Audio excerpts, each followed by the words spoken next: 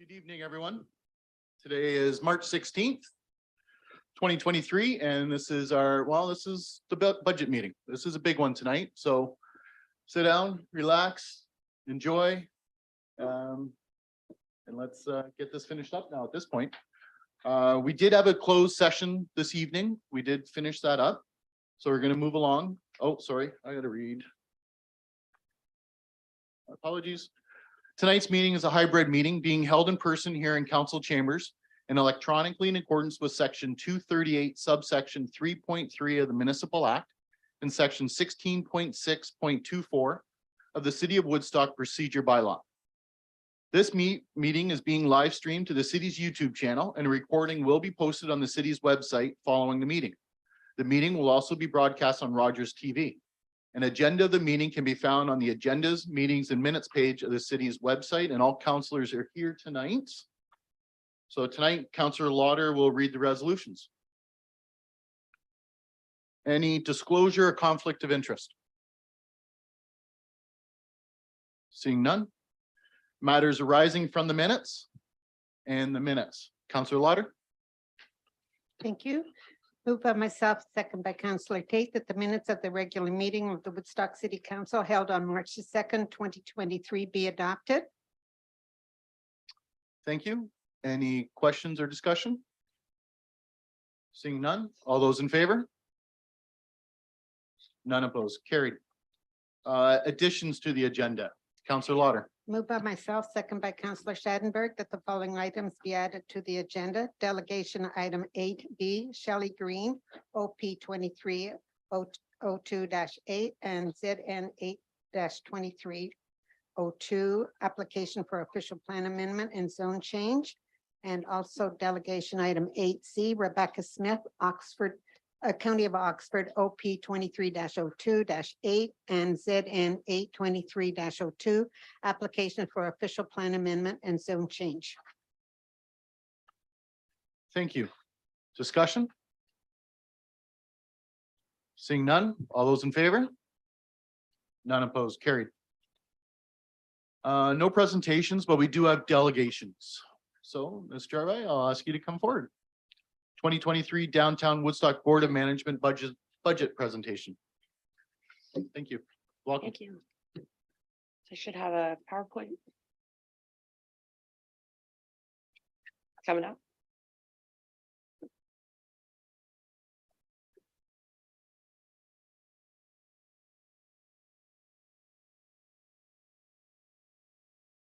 What? I have to do it? My goodness sakes. Got it. Yeah. Last time it was done for me. Spoiled. The magic in the back isn't working. Oh, we've lost our magic. Yeah. Okay, well, we will just go full screen. Okay. Enough that you can see it. So, sorry.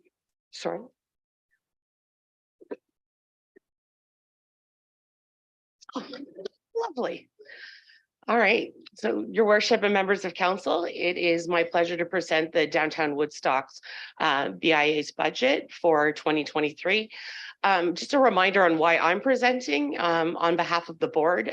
There is a shared service agreement with the Downtown Woodstock BIA that it's one of the first of its kind in Ontario, and that I'm providing strategic support to the BIA and working with the operations manager and the board to complete this budget. You will notice that their pre-audited financials, that in 2022, they had a very year that was, their revenues were very close to budget. Their expenses were lower due to less staffing.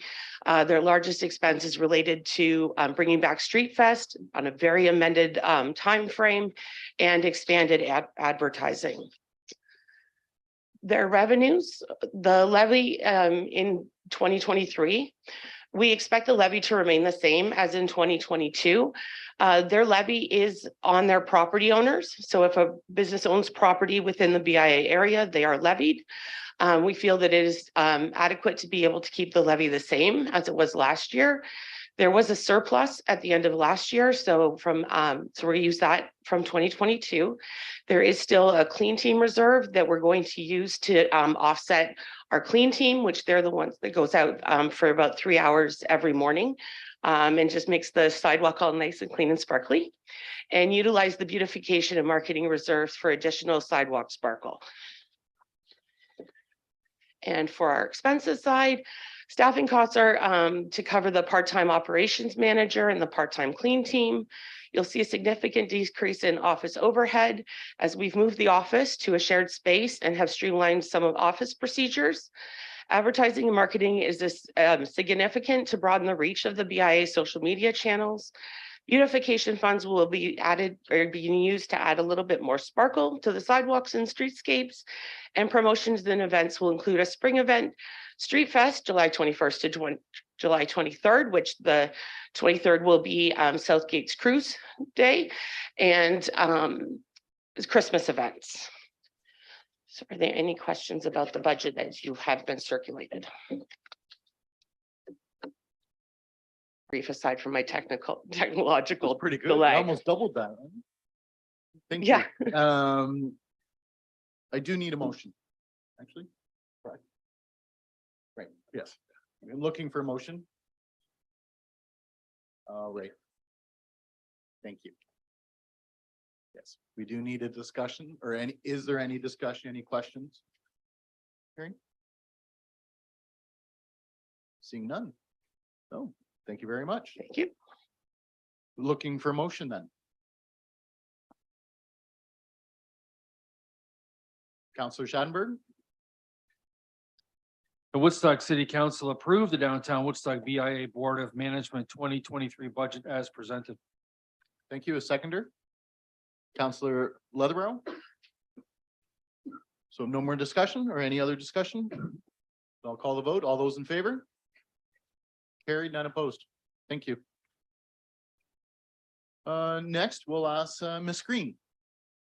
Please come forward. This is for application for official plan amendment and zone change for OP 23-02-8 and ZN 8-2302. Thank you very much. Welcome. Good evening, Your Worship and members of the council. My name is Shelley Green and I live at 1028 Brayside Street. Thank you for this opportunity to present to you some concerns I have regarding the proposal development at 175 Springbank Avenue.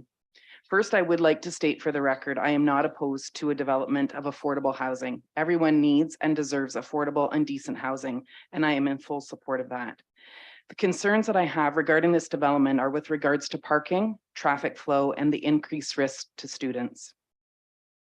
As I understand it, the application includes a reduction in the required number of parking spots for tenants due to the fact that it has been found that with geared to income housing, the residents typically have fewer cars, and considering this development is to be primarily for seniors, it is further thought that seniors would likely have one car per couple. At the public meeting this past Monday evening, we were told that this development may have up to 50% occupants at market value. This 50% would require the full 1.5 parking spots per unit plus the required visitor parking. Even when you consider 50% of the tenants could be seniors with one car, they are more likely to require visitor parking with services to assist them to live independently in the community. I'm asking that City Council, before deciding on a zoning change, ensure that a full review of the parking requirements, given there may be up to 50% of the tenants at market value, be conducted to ensure there will be adequate parking in the proposed development. Traffic flow and the impact on Springbank Avenue, which is already a very busy street, is a big concern. With the increased population in Woodstock and the development in the north of the city, many people use Springbank Avenue as an access to Dundas Street, shopping close to the 401 and the 401. The residents of Springbank or Brayside Street and surrounding streets have noticed significant increased wait times to turn onto Springbank Ave. All of the auxiliary streets will be impacted by increased traffic, both by the residents at the proposed development, but also more people traveling on Springbank will opt to use the auxiliary streets to bypass Springbank Ave. Beyond the parking and traffic flow concerns, my greatest concern with this development is the increased risk to our students who attend Winchester, Rock Carrier, Huron Park, and Springbank. This area of the city is unique in that we have 4 schools in a very small area.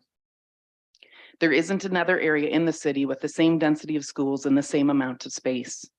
In addition to the schools, St. Mary's High School students stand on Springbank Avenue across from the proposed development site to take the bus to school and return home each day. Those students are crossing Springbank to use their school's busing route. We have many students who are walking on Springbank Ave, Edgewood, Orchard, Warwick, Clark, and surrounding streets. There is a student highway from Springbank to Huron Park Secondary School through Edgewood, Orchard, and Clark. This student highway has many students coming and going throughout the day. Currently, there are no signs on Edgewood or painted areas on the street to indicate this crossing area, and there is no crossing guard at any points along the student highway.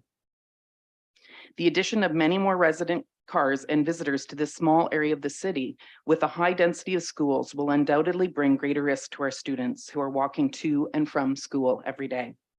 As a resident of the neighborhood and a parent of a student who attends one of the schools mentioned, I am asking City Council to request a traffic study in advance of making a decision on the zoning change to ensure this area can withstand the increased traffic and that our students will not be put at greater risk. I am further asking that the results of that study be made available to the public. I recognize that as city councillors, you are working to make the best decisions for the residents of Woodstock, and you are in the position to balance your decisions with many factors to consider. Thank you for considering these concerns and requests. Thank you, Ms. Green. Any questions of the delegation? Questions for Ms. Green? Report, Councillor Schadenberg, if you don't mind. Yeah, thank you. Likely not a question for the delegation, but I know if I could maybe through the engineer Harold DeHaan, I know at one point in time we talked about the pedestrian walkway that goes from Edgewood through to Springbank as possibly being a place where you put in one of those permanent crosswalks with the flashing lights and whatnot that might A, slow down traffic and B, be more of a pedestrian thoroughfare. Is that, again, considering there wouldn't be even any occupancy at 175 Springbank for probably a couple of years through construction and the RFP process. Any thoughts on that? Because it's been done elsewhere in the city.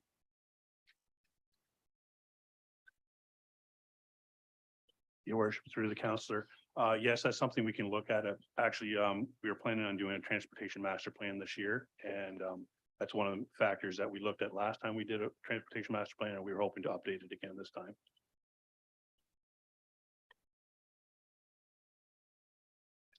Any other questions for at least Ms. Green before she sits down? Okay, seeing none, thank you very much. Thank you. Thanks for being here tonight.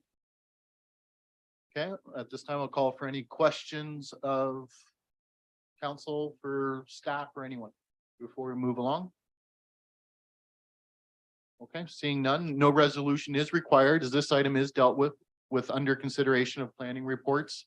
And it's item 9A for you watching at home, or if you got it in front of you.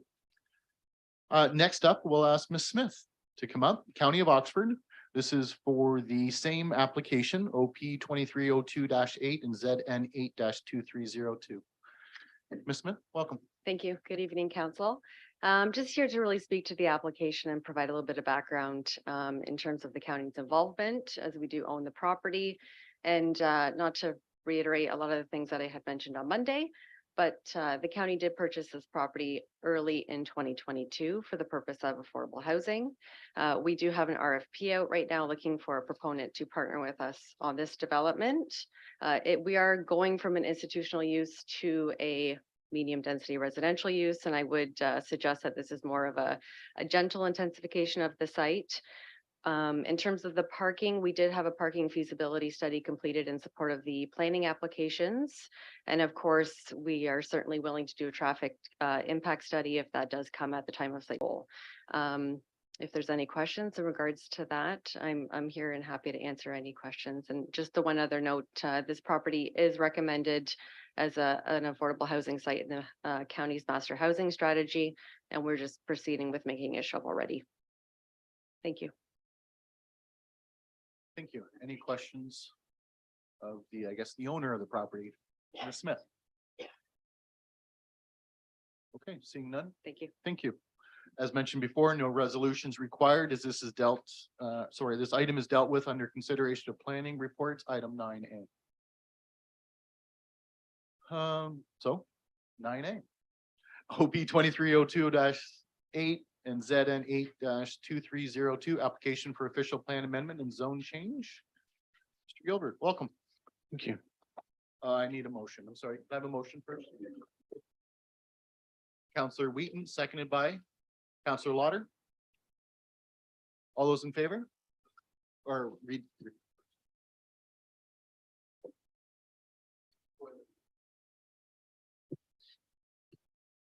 The Woodstock City Council advised County Council, the city supports the application to amend the official plan file number OP 23-02-8 submitted by the County of Oxford for lands legally described as lots 363 to 366 and 514 to 517, Plan 827 in the city of Woodstock to facilitate the development of three-story 43-unit apartment building on subject land.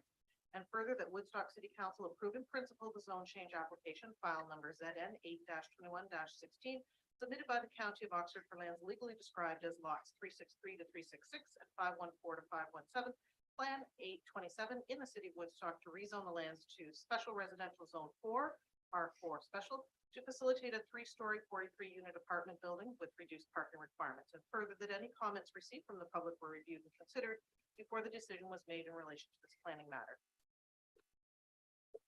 Well done. Mr. Gilbert. Thank you. This official plan amendment and zone change seek to permit the 43-unit, three-story apartment building on the subject property. The official plan amendment physically will redesignate the site from low density to medium density residential, and the zone change will rezone the property to a special R4 zone, which would permit a reduced number of parking spaces from 71 to 60. As well as recognize the existing interior side yard width of the existing church building. The property is 1.5 acres in size and contains an existing building used for a church. Of the 43 apartment units, 36 are proposed to be one bedroom and 7 will be 2-bedroom units. The 3-story addition to the building would be to the south of the existing church building through an addition along Brayside. The existing or the proposed relief for the interior side yard would only apply to the northeast corner of the existing building, and that's set back to the adjacent residential property to the north.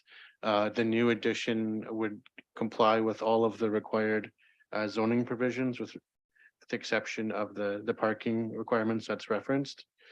With respect to the official plan amendment, staff opinion that the proposal is consistent with the official plan criteria for new medium density residential designations and locations, as the property is located on an arterial road, is located close to schools, located close to shopping facilities further to the south on Dundas.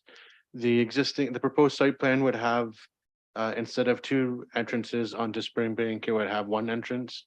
And that entrance would be located also further from Brayside Street, which would provide some additional separation to the existing intersection.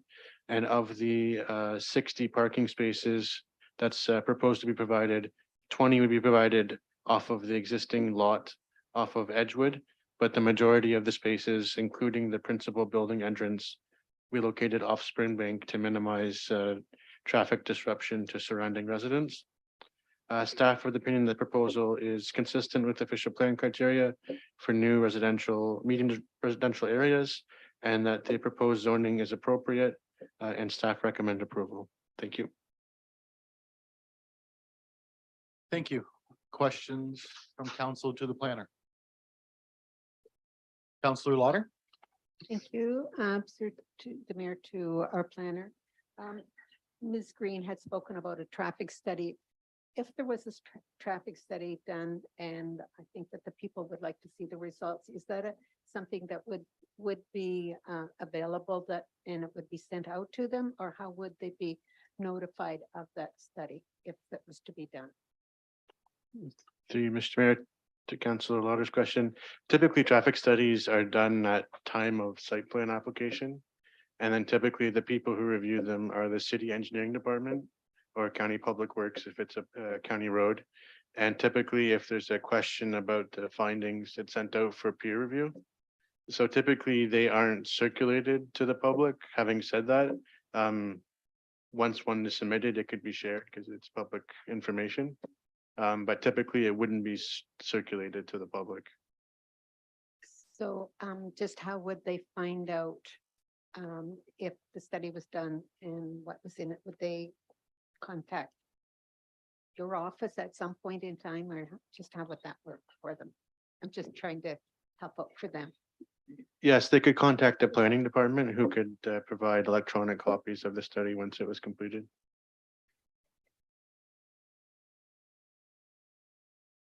Any other questions? Counselor Wismer Van Meer? Through the mayor to the planner. Still a new counselor, so bear with me. In this process, do we need to request this traffic study in advance of having this zone change approved, or can that be something that we know is going to take place once it's approved? See, Mr. to Councilor's question. So in some instances, it's requested up front, where there is expected to be a significant change in traffic patterns. In this case, given that it's 43 units and there was an existing church there, which would have had some traffic impacts, this city engineering staff didn't request it up front.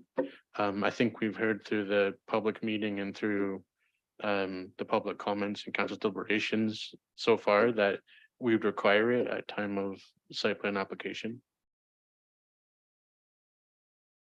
Counselor Sandberg? Probably just more of a statement than anything else. I know there's a lot of sort of not-for-profit housing in the city of Woodstock, some geared for seniors and some geared for families, and there's probably a lot more of it. Rebecca Smith could probably give us a long list in the Human Services Department of Oxford County that do exist. But I know the one at the end of Nellis Street is geared for seniors, and it's going to have soon occupancy. Southwood Way is going to have one under construction near Woodingford Lodge, or sort of just south of Woodingford Lodge.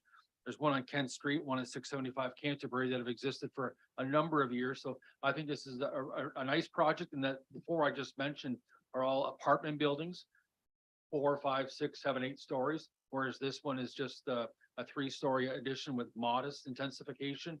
We love to use the word intensification, but I certainly feel it applies here. And the reason I say that is quite frankly, a developer could have bought it up, the Bethany Lutheran Church, and we could have had similar to what's at 1024 Devonshire or 343 Huron, which is much more intense than what is as far as the number of units over a certain number of space, the number of occupants in a certain amount of space. So I congratulate the Human Services Department. I hope they find a good RFP financially to be able to do this, and assistance funding from where it comes from CMHC or higher levels of government to be able to pull this off. But yes, I do agree with anyone's thoughts about, yeah, we got streets that are busy that are only getting busier because of intensification. So maybe there's not a question at all, just maybe a statement on that, Eric. Thanks. Counselor Tate? Through the chair, so I do have some concerns with the traffic, and I just wondered if I would get any support to do a deferral until we get the traffic report, because I know the church was there, but since then we have now made that street really narrow because we put bike lanes in, so there's no parking on Springbanks since we've done that, and I would like to see the results of the traffic impact study. I don't think it would hold it up too much. But I think it's really important. I think it's important to the residents there and for us to see it. If I can get a seconder for that. Okay, well, is there a seconder for Counselor Tate's motion for a deferral until a traffic study is done? Counselor Wismer Van Meer? Okay, so that now we'll have a discussion on the deferral only. So this is on the deferral. Any questions to planning or staff referring to the deferral? Counselor Leatherborough? Thanks, through your worship, to the planner. Just how long roughly would the traffic study, how much time would it take to come back to council and the public? I'd expect it would come back to the May city council meeting, likely. Counselor Wismer Van Meer? Just kind of a general comment, I agree with Councillor Tate in that we've heard a lot about the traffic, and if it's only a delay of a couple of months potentially, that's why I support it. I think it's just to help ease the mind of some of the residents in that area. I do agree Springbank is a very busy street. I live on that street myself as well. So if it just helps put some perspective in front of us, I do hope that this does go forward. I think it's important for our community, but I think that that would be something that would be beneficial to have in front of us beforehand. Councillor Shanberg. Yeah, from the mayor, I guess, through to likely Rebecca Smith on this one from the county of Oxford. If the RFP, the request for proposals is out now, give us maybe a ballpark figures to how the deadline might go or how the timetable might shift towards the spring and then summertime on hiring or awarding the contract and them starting to build. If I may, Ms. Smith, I just want to make sure there's no objection from council if she comes forward as a delegation, I guess, at this point for protocol. Okay, thank you. Ms. Smith. Thank you. Through the mayor to Councillor Schadenberg. So of course, these things, any delay is not the best. I will be honest. I think it's fair based on the concerns on Monday, but I will say that we would have had to do a traffic impact study for the site plan. I know that's not typically public, but that's definitely something we would have done anyways, just based on the concerns that we did receive in regards to this application. Again, just noting we're going from an institutional use to 43 unit building. But we obviously have to make it work, but of course, any delay is not always the best, but I do understand. Any other questions for Ms. Smith while she's willing to come up and answer on the deferral? No? Oh, Councillor Lauder. I just have one. Through to Ms. Smith. Would that depend on the monies I was dealing with this on nonprofit with the applications we have? I just wonder if that it's going to make any difference in the timing that for your money. Could that hold back? Because I know everything is time sensitive in these applications for the money. So could that jeopardize this project at all? Through the mayor to the councillor. Again, it's not a deal breaker. We do have to have those funds committed. There are federal and provincial funds that we're trying to allocate to this project. So with proposals that are coming in, they're locking in interest rates as we speak now. We know how those are fluctuating. So it will impact costs a lot, but at the end of the day, these proposals are being submitted based on the submission deadline. So yeah, again, we like to do these things as fast as we can, but I understand there's other things at play. So I hope that answers your question. Councillor Wheaton. More of a comment through the chair. I'm satisfied with the traffic study being conducted at the time of site plan control. That is certainly an approval process that if those standards aren't met at that time, that the project can be revisited then and alterations and amendments made, that it's not necessarily something we have to do in this moment. Any other questions? I'm going to just make a general comment then. I certainly understand traffic. I made that very clear Monday. I have some traffic concerns as well, but knowing we're doing the master plan here very shortly, as well as it's obvious the county is willing to do the traffic study as part of this process. We needed more homes yesterday. That just basically sums it up. Every time we delay, unfortunately to the neighborhood, I honestly think the county is doing a big favor to the neighborhood of just going to the 3 stories instead of where they could have gone to a 4-story building because it's already available to them. I think by using the existing building, you're keeping a lot of that same character versus the option of if all of a sudden something does fall apart and this goes to market and, an apartment building comes, we have to take serious consideration knowing the home. So I just kind of caution the neighbors that, this is not great. We all like things to stay the same. Unfortunately, something is going to happen with this property, and with everything considering already done, I think we should keep that in mind as well. knowing the traffic is going to be looked at, and if things are found, there are ways to alleviate some of those traffic concerns moving forward, but Councillor Tate? Just a final comment. I think it's very important that we engage the public, excuse me, with this, and there is a big concern with it. As Ms. Smith noted, it won't hold it up that much. If it wants to go through, it goes through, but I think it's very important that we we engage the neighborhood as much as possible. Any other discussion on the deferral itself? Okay, seeing none, I'll call the vote on the deferral by itself. All those in favor of the deferral? 4 opposed, 3, motion's carried. So it is deferred. Then we don't have to go back to the original motion because that's deferral. Right. Okay. Thank you. Moving along to ZN 8-22-20, application for zone change, McCowan and Associates Limited. Should go. Oh, need a motion. Councillor Tate, seconded by Councillor Schadenberg.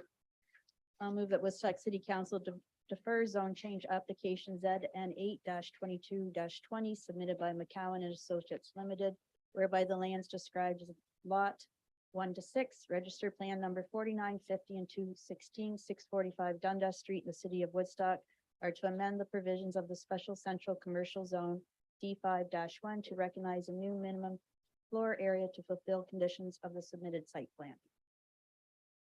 Thank you. Mr. Gilbert? Thank you. This application recommended for deferral. Inadvertently, it wasn't circulated to the downtown BIA in Woodstock. And the proposal is to remove the minimum ground floor unit areas. So staff have circulated it and requested a response by the end of this month. So we anticipate to bring this back next month. Okay, any questions for the planner at this point? Seeing none, we'll call the vote. All those in favor for the deferral? None opposed. Thank you. Next up, we have OP 21-18-8, SB 21-13-8, and SB 21-14-8, and ZN 8-21-21, and ZN 8-21-22. Looking for a motion? Councillor Wheaton. That Woodstock City Council support the application to amend the county official plan file number OP 21-18-8 submitted by Carn Road Development Corp. And Cache Development Woodstock Inc. for lands described as lot 14 and part lot 30 RCP 1621 Southwest Oxford in the city of Woodstock to redesignate the subject lands from agricultural reserve to large urban center, low, medium, and high density residential, open space, and environmental protection to facilitate the development of the subject lands for primarily residential development. And further, that the city council accepts the Carn Road secondary plan prepared by GSP Group and dated December 2022, together with all supporting technical studies and reports and community planning reports number CP 2023-43 and CP 2023-98 as meeting the requirements for the municipal comprehensive review. And further, that city council approve in principle the zone change applications file number ZN 8-21-21 and file number ZN 8-21-22 submitted by Carn Road Development Corp. And Cache Developments Woodstock Inc. for lands described as lot 14 and part lot 30 RCP 1621 Southwest Oxford in the city of Woodstock to rezone the subject lands from general agricultural zone A2 to residential zone 1 R1, residential zone 2 R2, residential zone 3 R3, environmental protection EP, and open space to facilitate the development of the lands for residential use and supporting elements. And further, that any comments received from the public were reviewed and considered before the decision was made in relation to this planning matter. And further, that city council advised county council that the city supports the application for draft plan of subdivision file number SB 21-13-8 and file number SB 2-14-8 submitted by Carn Road Development Corp. And Cache Developments Woodstock Inc. for lands described as lot 14, part lot 30, RCP 1621 Southwest Oxford in the city of Woodstock, subject to the following conditions, conditions 1 through 58. Want to read those two or no? No, yeah. Great job. No, thank you. Mr. Seconder on the motion.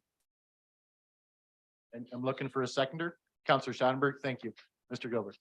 Thank you. So further to the public meeting last month and the council meeting last month, the application was deferred to allow the applicant to work with city forestry staff to review the proposal and provide comments.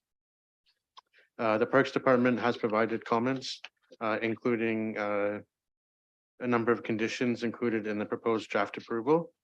Specifically condition 8, which requires that the owners install fencing adjacent to city-owned lands along property lines, including within the woodlot, to the satisfaction of the city, as well as condition number 9, which requires provision for cash in lieu of parkland to the city or dedication of parkland to the satisfaction of the city, including acknowledgement that any land subject to Hydro One easements are not counted towards that dedication.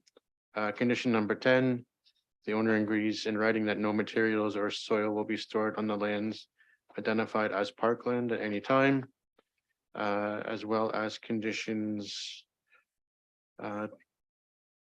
28 regarding the stormwater management facility, including the preparation of detailed landscape design plan, and conditions number 30, which identifies an arborist report is required, which identifies any trees or hazard trees within the woodlot or any lands can be conveyed to the city, and that the owner is responsible for the removals of the hazardous trees to the satisfaction of the city. So staff of the opinion that these additional conditions will cover off concerns and comments raised by the City Parks Department.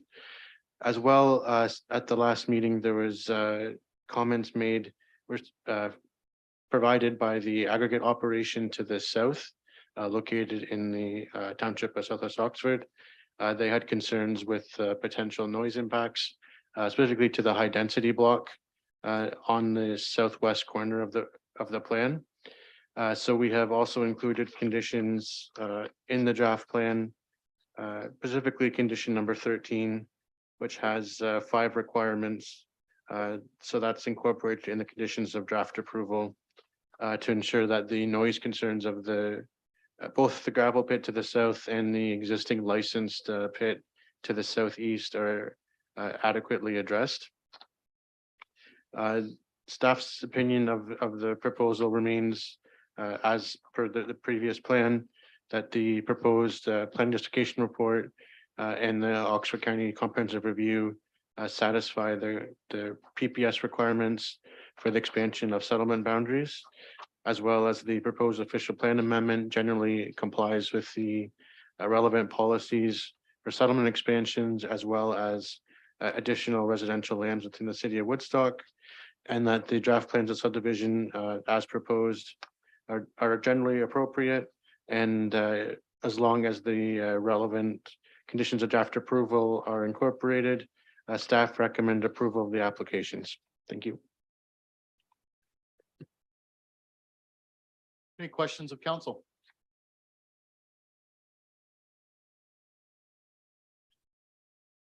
Seeing none? Thank you. Then I'll call the vote. All those in favor? None opposed? Carried. Thank you. Next up, in consideration of correspondence. Councillor Leatherborough's request following correspondence be added to the agenda. Councillor Leatherborough. Moved by myself that Woodstock City Council support the resolution from the municipality of Trent Lakes requesting changes to the municipal oath of office to include reference to the rights of Indigenous peoples, and further that this resolution be circulated to the municipality of Trent Lakes and, of Trent Lakes, the Association of Municipalities of Ontario, AMO, the Honorable Doug Ford, Premier of Ontario, the Honorable Steve Clark, Minister of Municipal Affairs and Housing, and the Honorable Ernie Hardeman, Oxford MPP. Do we have a seconder? Councillor Lauder. Discussion, Councillor Leatherborough. Through your worship, thank you. I feel that, I hope that the community takes a minute to read this correspondence. It's really important to myself and other residents in the city of Woodstock. And rather than rereading the entire correspondence, from Trent Lakes, I thought I would just pull up what the action that it's suggesting, which is the, Truth and Reconciliation Commission Action Number 94. I'll just recite it if you don't mind, your worship.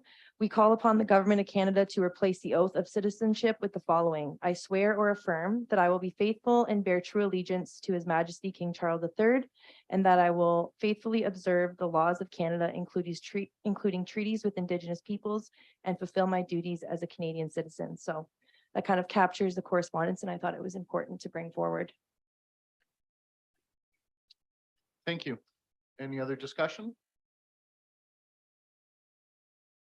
All right, seeing none, call the vote. All those in favor?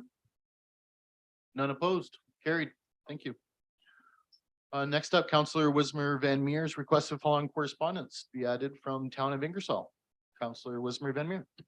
Moved by myself that the Woodstock City Council supports the town of Ingersoll in taking the actions towards joining the UNESCO Coalition of Inclusive Municipalities, and further that staff be directed to prepare a report on the steps needed for Woodstock to also join the UNESCO Coalition of Inclusive Municipalities through the creation of a diversity committee. Thank you. Looking for a seconder? Councillor Wheaton, Councillor Wismer Van Meer, discussion? I just made a few notes so that I didn't lose my thought on this, but I think that we as a city are very fortunate to have such diversity here.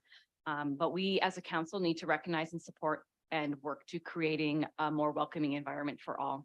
Creating a committee focused on diversity, equity, and inclusion for a community is crucial for success, and there's much that needs to be learned and to be done. Following the lead of our friends in Ingersoll, I believe working to join UNESCO Coalition of Inclusive Municipalities is a great first step in having the opportunity to collaborate with the town of Ingersoll, share resources and inclusive initiatives is advantageous for not only Woodstock, but Oxford County as a whole. Thank you. Any other discussion? Councillor Wheaton? Thank you through the chair. I just want to thank Councillor Wismer Van Meer for bringing this forward. You beat me to it. It was on my list of correspondence that I wanted us to deal with today. I think that it's interesting that even as recently as this afternoon, we saw action in our community that is surprising to me, that we live in a time and a place where negativity and threats can be used to marginalize people who are already marginalized. And so I think the creation of an equity, diversity, and inclusion committee is a fantastic first step. I am wondering, and I'm not prepared to make an amendment to the motion, but wondering if this committee could be dovetailed in with the Youth Advisory Committee, and that there might be youth representation on an equity, diversity, and inclusive committee. It's more of a question perhaps for staff, and with that's something that could be explored.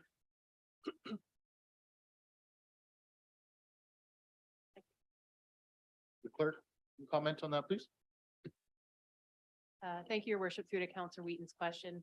Those are certainly options we as staff would bring back for council to consider, and then at that time they would decide how they want to structure the committee. I think we would look for multiple options perhaps, but the Youth Advisory Committee would certainly be one. Councillor Wismer Van Meer.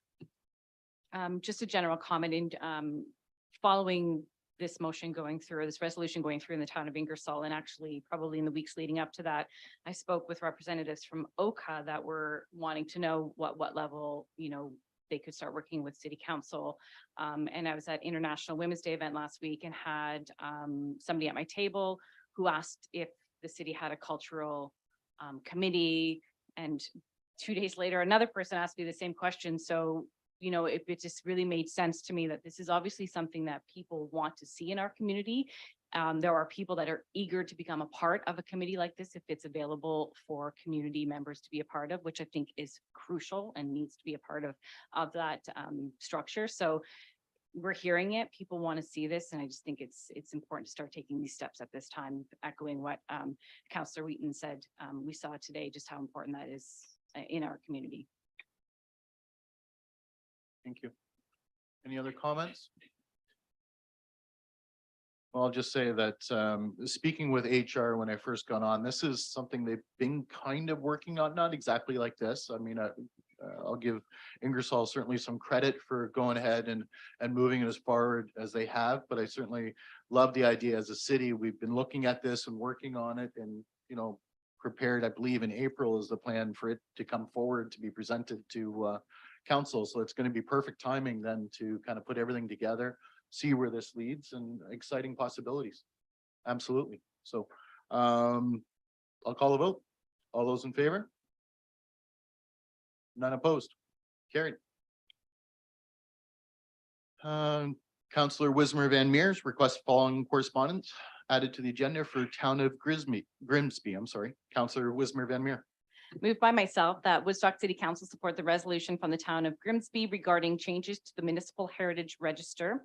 And further that this resolution be circulated to the town of Grimsby, the Honorable Doug Ford, Premier of Ontario, the Honorable Neil Lumsden, Minister of Tourism, Culture and Sport, and the Honorable Ernie Hardeman, Oxford MPP.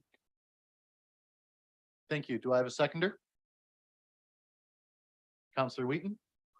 Councillor Wismer Van Meer, would you like to speak to that? Yes, I'm going to, this actually was, this is what I'm going to read here was given to me by Karen Houston as well as Peter Epler, who are both who I sit on the Heritage Committee with. So I want to thank them for helping me put this together. But at present, the city of Woodstock has 39 non-designated listed properties in the Heritage Register and 29 designated. This means that within 2 years, the city and the Woodstock Heritage Committee will be forced to focus significant efforts and resources to ensuring the designation of many listed properties as possible to ensure the protection. The bill has made this more difficult as it has increased the threshold for designating properties under Part 4 of the Ontario Heritage Act. With limited heritage professionals available within the province to assist the city through the designation process, the number of resources required to seek a designation, and knowing that each municipality is facing the same difficult scenario, it will be impossible to have every significant property designated within this period, which I think if a lot of people know how many beautiful properties we have in our community, that would be alarming for them. Thank you. Are there any other comments or questions? Councillor Schanberg. Yeah, just a comment. I know that by watching CTV London, there was a story that got a lot of prominence a couple of years ago, and it was back in the news just in the last month about a historic barn that the owner wanted to take down and couldn't get permission because it had a heritage designation on it. So in the middle of the night, what he did was he took the barn down. And so that was just one of these things that we certainly want to stop and recognize what's heritage in the community and make sure that it's well protected. And I know the original bylaw talked about a 60-day provision as far as being able to demolish something. That seems to me to be a very short time span. Thank you. Any other discussion? Okay. Seeing none. All those in favor? None opposed. Carried. Thank you. Next up, Councillor Schadenberg's requested following correspondence be added to the agenda for City of Brantford via rail connections. Councillor Schadenberg. Yeah, moved by myself that Woodstock City Council support the resolution from the city of Brantford regarding via rail cancellations and the need to enhance passenger rail services in southwestern Ontario. And continue. And further, that this resolution be circulated to the city of Brantford, the Honorable Omar Alghabra, Federal Minister of Transportation, the Oxford County Member of Parliament, and also to Via Rail Canada. Thank you. Can I have a seconder for that? Councillor Lauder. Councillor Schadenberg, discussion? I was just going to add during the day and age and the time where through the pandemic where some people don't only have to go into their office once or twice a week. And we see more and more people moving to southwestern Ontario because of that, who might be based, say, in Mississauga or Toronto, that we all know that there's added rail access if you're in Kitchener-Waterloo, but certainly not in Woodstock. And they seem to be taking more and more train times away, departure times, arrival times. And of course, the Woodstock train goes through Brantford on its way to Burlington, Oakville. And then if you had to at that point in time, you could always jump off the train and catch a GO train if you weren't going downtown Toronto. But it seems to be that we want to increase the transportation possibilities for people that live in the city of Woodstock and elsewhere in Oxford County, not decrease the number of opportunities to transport by train, even if you're just say going to a Blue Jays game or a Leafs game. Any other discussion? Counselor Lauder? I just want to thank Councillor Schadenberg for bringing this forward, because if he hadn't, I would have. And because I really do think that it's important that we have better service here in Woodstock, going through Brantford, right through from wherever, Windsor or to Toronto. It's really necessary that we get better service. And I've heard complaints about people that the times are just not good for getting to the places or meetings or such that they need to go to. So thanks for bringing this forward. Any other discussion? Well, I'm going to say thank you as well. This is one thing that as mayor, I've gotten quite a few messages on about the lack of train services here going into, let's say, the GTA. Just this past Saturday, I had another couple of people come up, totally independent and separate, and asking, they're surprised there's no GO train here in the city of Woodstock yet or anything else. Of course, we're relying on Via Rail. So I like this idea. I really would like, I'm planning on supporting this for the sake of trying to get more options for our community. Okay. Well, and with that, I guess I'll call the vote. All those in favor? None opposed. Thank you. Carried. Councillor Wheaton's requested following correspondence be added to the agenda from Municipality of Chatham, Kent, reducing municipal insurance costs. Councillor Wheaton, you like the long ones? It was written for me. Whereas Woodstock has, moved by myself, where Woodstock has also faced multiple double-digit increases to insurance premiums in recent years, and whereas the cost of insurance are affecting municipal budgets across the province, impacting funding which would otherwise go to improving and expanding needed services to residents and businesses. Now, therefore, be it resolved that Woodstock City Council supports the resolution from the municipality of Chatham, Kent regarding reducing municipal insurance costs, and further that staff be directed to contact Local Authority Services, or LAS, to indicate support for the creation of a municipal reciprocal insurance provider, and further that staff be directed to monitor the findings of the Chatham Kent report regarding the engagement process and any recommendations to support improvements to municipal insurance in Ontario. And further that staff be directed to add this correspondence as an agenda item to the next Oxford County Area CAO's meeting for discussion, and further that this resolution be circulated to Oxford County and area municipalities for their consideration. Thank you. Do I have a seconder on the motion? Councillor Wismer Van Meer. Councillor Wheaton, would you like to discuss this? Yes. I would, thank you. Did quite a bit of research on this, and I want to thank the Deputy CAO for the support in providing some additional data. In 2020, our insurance premiums went up 10%, 2021, 14%, 2022, 15.3%, plus an additional 20% for auto and transit. And in 2023, 12% plus 15% for auto and transit. So to put that into perspective, in 2019, the renewal premium was just over $1 million. And in 2023, it was 1.87 million. So an increase of 800 and just shy of 820,000 in 4 years. So I took a look around of what other provinces and communities are doing. Alberta has the Rural Municipality of Alberta Association. British Columbia has the Municipal Insurance Association of British Columbia, and they're a reciprocal insurance pool. They're owned by its members. Their mandate is to provide a service, not to make money. They were formed in 1987 by 144 local governments. Since 2006, so a handful of years, members have received a dividend every year except one. So it works. It works in other provinces. So in August of 2022, Association of Municipalities of Ontario did put out a white paper talking about municipal liability and insurance, and they identified pooling insurance amongst municipalities to lower cost as a solution. We pay a fairly significant amount of fees to AMO, just north of $12,000, as I recall in the budget. And it was one of the areas where I thought, are we getting value for our money? But if we can put something like this in front of AMO, then maybe we can get value for that membership fee. So the Chatham Kent motion identified the creation of a municipal reciprocal insurance body by AMO. During the discussion at Chatham Kent Council, it was noted that AMO already has this on their agenda.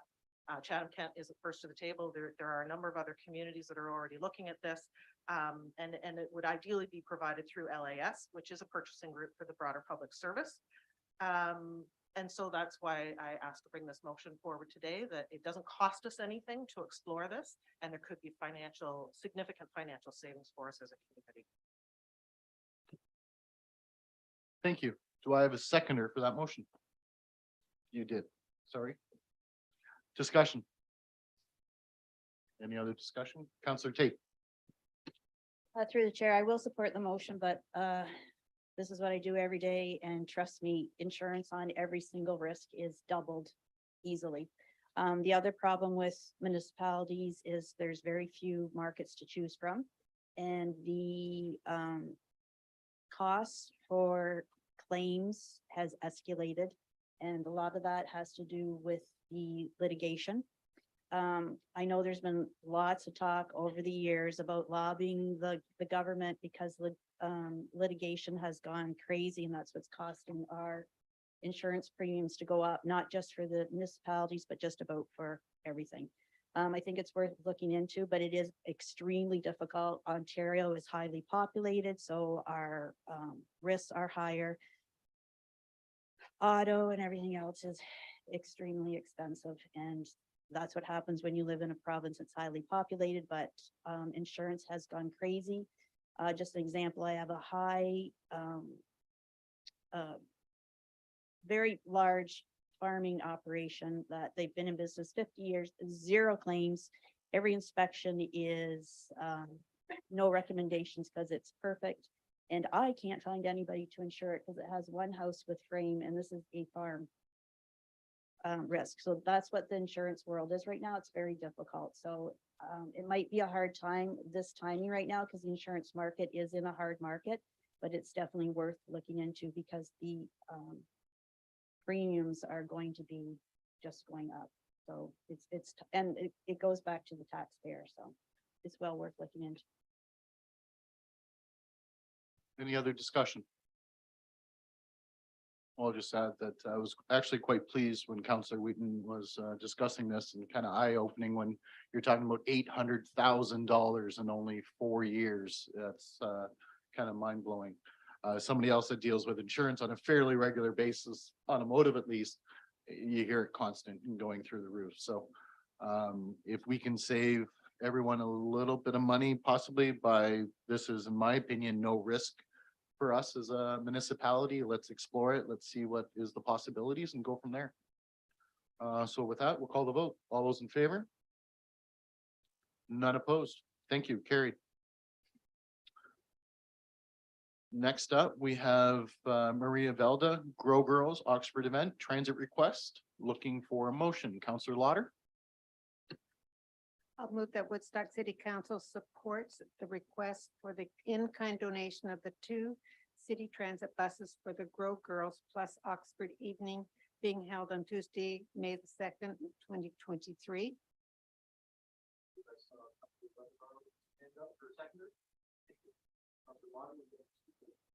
Yes, they haven't, I guess they started this, created in 2018, and probably they got it headed in 2019. I know I was at one of them to bring greetings, and it was amazing to see all the young ladies there having fun, and the games that they were playing and just enjoying themselves. And I think it was great camaraderie for all that was participating, and we did apparently supply them with 2 buses last time, so hopefully we are able to do so again this time. Thank you. Any other discussion or questions? No, I can just say my daughter participated this, and I can't remember if it was 2018 or 2019, but very hesitant to go, but couldn't speak enough about it afterwards. So I was really pleased, and I think this is fantastic for our community. And I guess I'll call the vote. Oh, sorry, Councillor Lauder.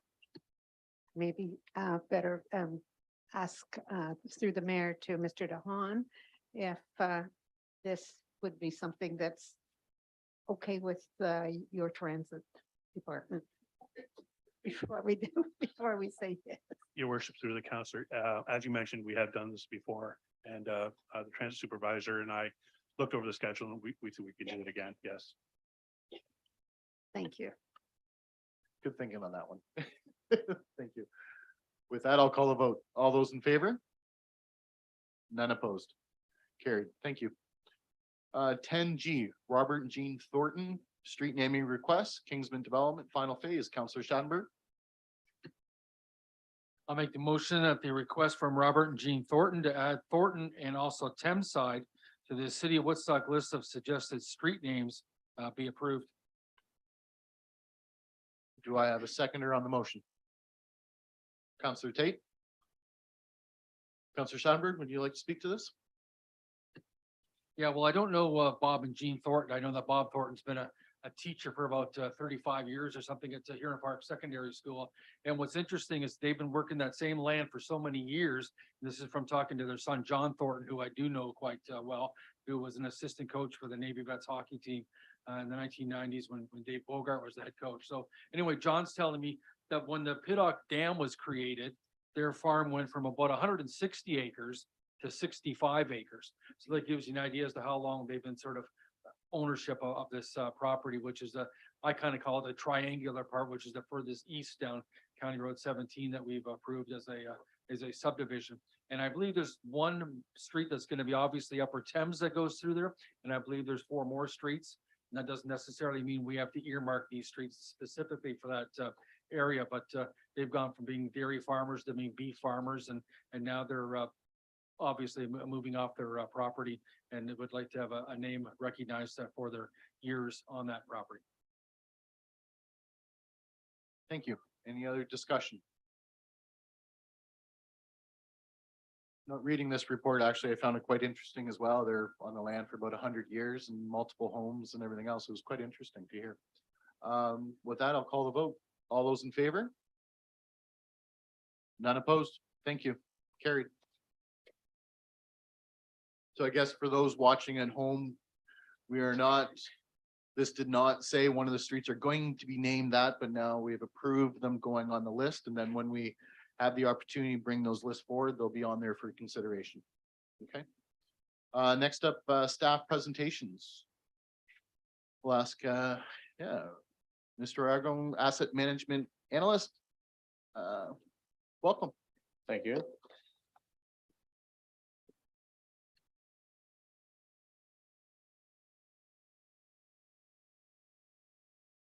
Good evening, Council. So I'm here to present the findings of our asset management survey that we conducted back in November 7th to November 30th of 2022. Just to kind of give you a quick preamble of what asset management is. It's essentially the coordinated activity of an organization to help realize value from the assets it owns. The aim is to minimize the life cycle cost of owning, operating, and maintaining assets at an acceptable level of risk, while continuously delivering established levels of service for present and future customers. The levels of service metrics are essentially metrics that we can use to judge ourselves based on our progress. And it's a way that the city can maintain a standard. Example of such a metric would be the percentage of buildings that are in fair or better condition. To ensure that we're creating metrics that line up with the expectations of residents, we pushed out the very first asset management survey back in November. And this survey covered our core assets that included assets such as the road network, our bridges and culverts, and our storm management system. This was intended to be essentially a finger on the pulse to establish a baseline where we can build from. And tonight I'll be going over the results of the survey, making a few comments. So the first question that we asked was, how knowledgeable are you about the city's infrastructure and core assets, specifically its roads, bridges, culverts, and stormwater management facilities? And from that survey, we had about 61% of respondents saying that they had some sort of knowledge, and about 39% stating that they had no knowledge at all. And again, this question was just intended to get an idea of the knowledge base of the residents. There isn't necessarily a wrong answer in this case.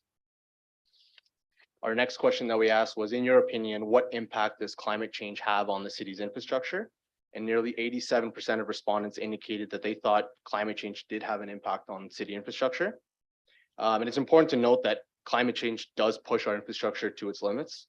An example of this would be our winter season going from highs to lows.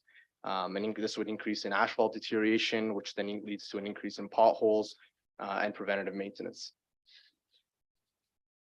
So our next question that we asked was, how satisfied are you with the levels of service provided with this by the city with respect to overall availability?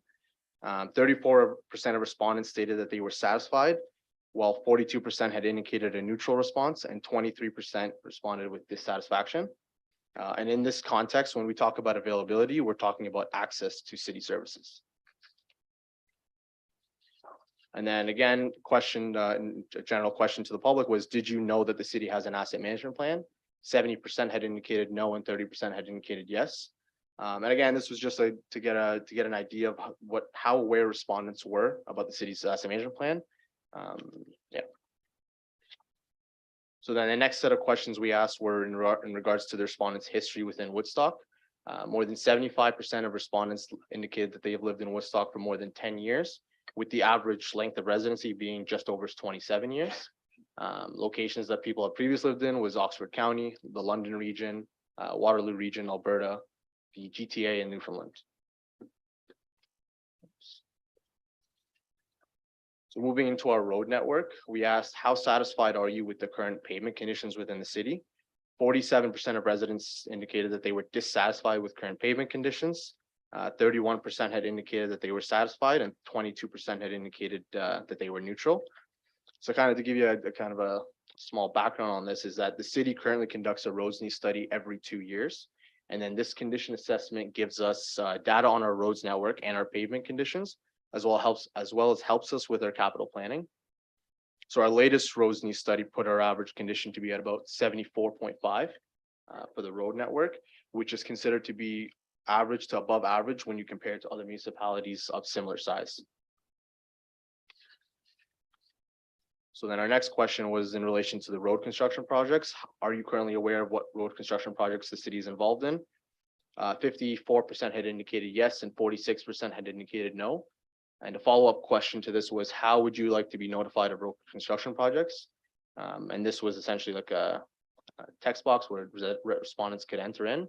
So we had social media, email, the What's on Woodstock magazine, letters in the mail, newsletters, and the website. The city currently does maintain a practice of informing residents of upcoming road projects by hand delivering notices to affected residents, as well as the list is posted on the city website. So then we asked, how satisfied are you with the current sidewalk conditions throughout the city? So this was in relation to cracking or stresses on the sidewalks throughout the city, and 35% of respondents reported that they were satisfied with the current conditions of the sidewalk network, with 36% responding neutral and 29% responding that they were dissatisfied. Our next question was in relation to the bike lane. So how satisfied are you with the availability of bike lanes throughout the city's road network? 30% reported that they were satisfied with the availability of bike lanes. 43% indicated that they held a neutral stance, and 27% had indicated that they were dissatisfied. Keep in note that the availability of bike lanes is something that's considered throughout a transportation master plan. And the city engineer can correct me if I'm wrong, but I believe the last one was conducted in 2011. And we are conducting one later this year. So then we moved on to our bridges and culverts service area, and we asked, how concerned are you with the current availability and the structural conditions of the bridges and culverts in the city? 24% reported that they were concerned, 31% reported to be unconcerned, and 44% responded with a neutral response, neither unconcerned or concerned. And then we did have a follow-up question to this where residents can enter in their concerns. And most concerns reported about the bridges and culverts were in regards to availability and traffic flow during construction season, as well as overall pedestrian safety. So then we moved on to our stormwater management infrastructure. So we asked, how concerned are you about the condition of stormwater management infrastructure? So that's our catch basins, our storm ponds, our manholes, etc. And once again, most respondents were neutral in their concern, 37%, with 34% reporting to be concerned and 29% reporting that they were unconcerned. And then we asked, how frequently are catch basins in your neighborhood clear of debris during the fall and spring seasons? Nearly 50% of respondents reported that catch basins in the neighborhood were clear of debris. 25% said that they did not notice, and the other remaining 25% stated rarely, if not ever clear. So then this question relates to the previous one. So how often do you see flooding of roads in the city of Woodstock? 49% reported that they were rarely or never see flooding of roads, with 47% reporting some flooding and 4% not noticing. So to conclude, we received almost 200 responses to this survey. That from it, we can paint a better picture with the expectations of residents. It's important to ensure that we set levels of service metrics that are aligned with the community's expectations. And moving forward, our next steps involve continuing to work with different departments throughout the city to build out levels of service metrics, as well as expand on our current levels of service of our core assets using responses from the survey. And then in April, we'll be pushing out another survey that focuses on our non-core service areas. So things such as our corporate facilities, our recreational facilities, our community facilities, and our cultural facilities. And with that, I'll take any questions. If there are any. Thank you. Any questions from council?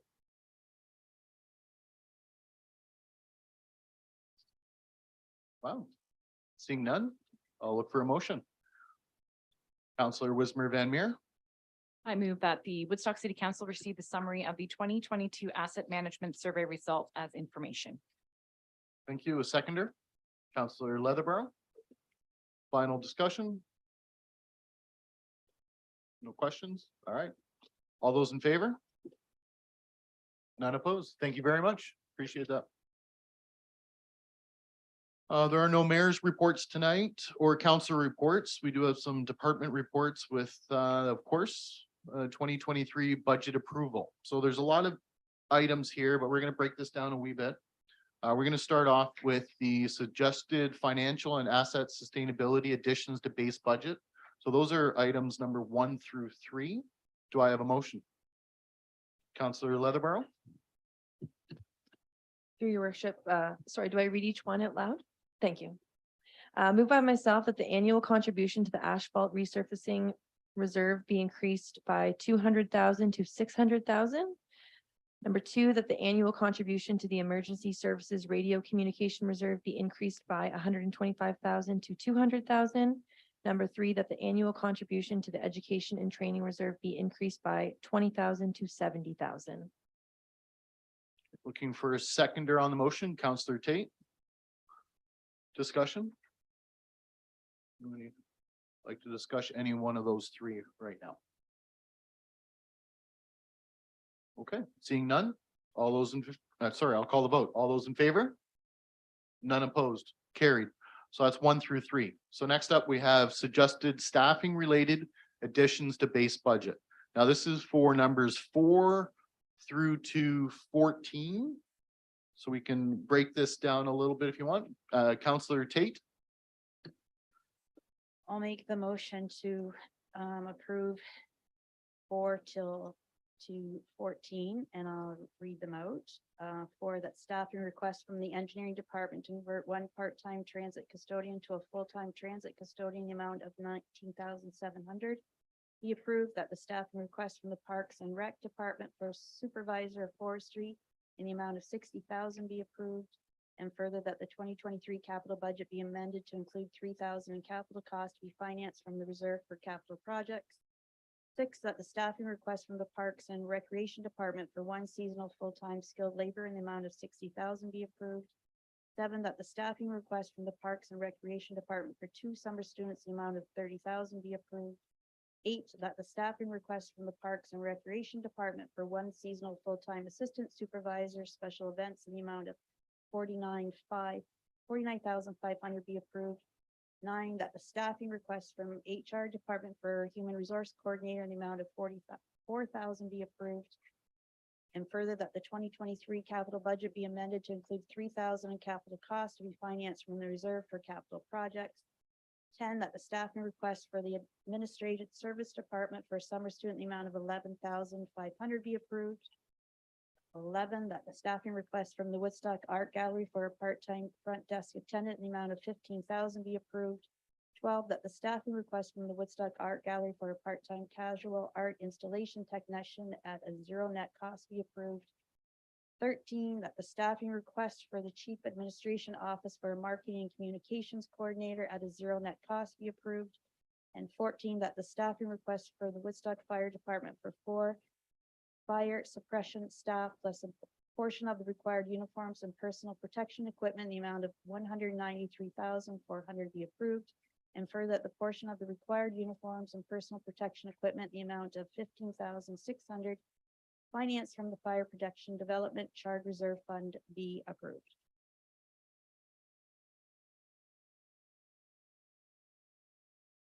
Thank you for that. Do need a seconder on the motion. Counselor Leatherborough. Discussion, Counselor Tate. Just a comment, I know that sounds like a lot, and it is, but as I've always said, we've kept the staffing very, very at a minimal for the city of Woodstock. And with the amount of growth we've had, we have some catching up to do. Thank you. Any other discussion or questions on 1 through 14 at this point then? Okay, seeing none, I'll call the vote. All those in favor? Opposed? No? Okay, carried. Next on to miscellaneous. So this is items number 15 through to 17. And I'm looking for a motion for one or all. Counselor Lauder? Thank you. I'll move the 15, 16, and 17. Move that the request for the engineering department to reassign one downtown security officer to citywide parking enforcement at zero net cost be approved, and further that the 2023 capital budget be amended to include 40,000 in capital cost to be financed from the reserve for capital projects. That the 16, that the engineering department request for 40,000 annually for asset management, building condition assessments be approved. 17, that the Woodstock Fire Department request for $40,000 for contracted services for business continuity, planning, and critical infrastructure identification be approved. Thank you. Do I have a seconder on the motion? For motions, Counselor Leatherborough? Discussion?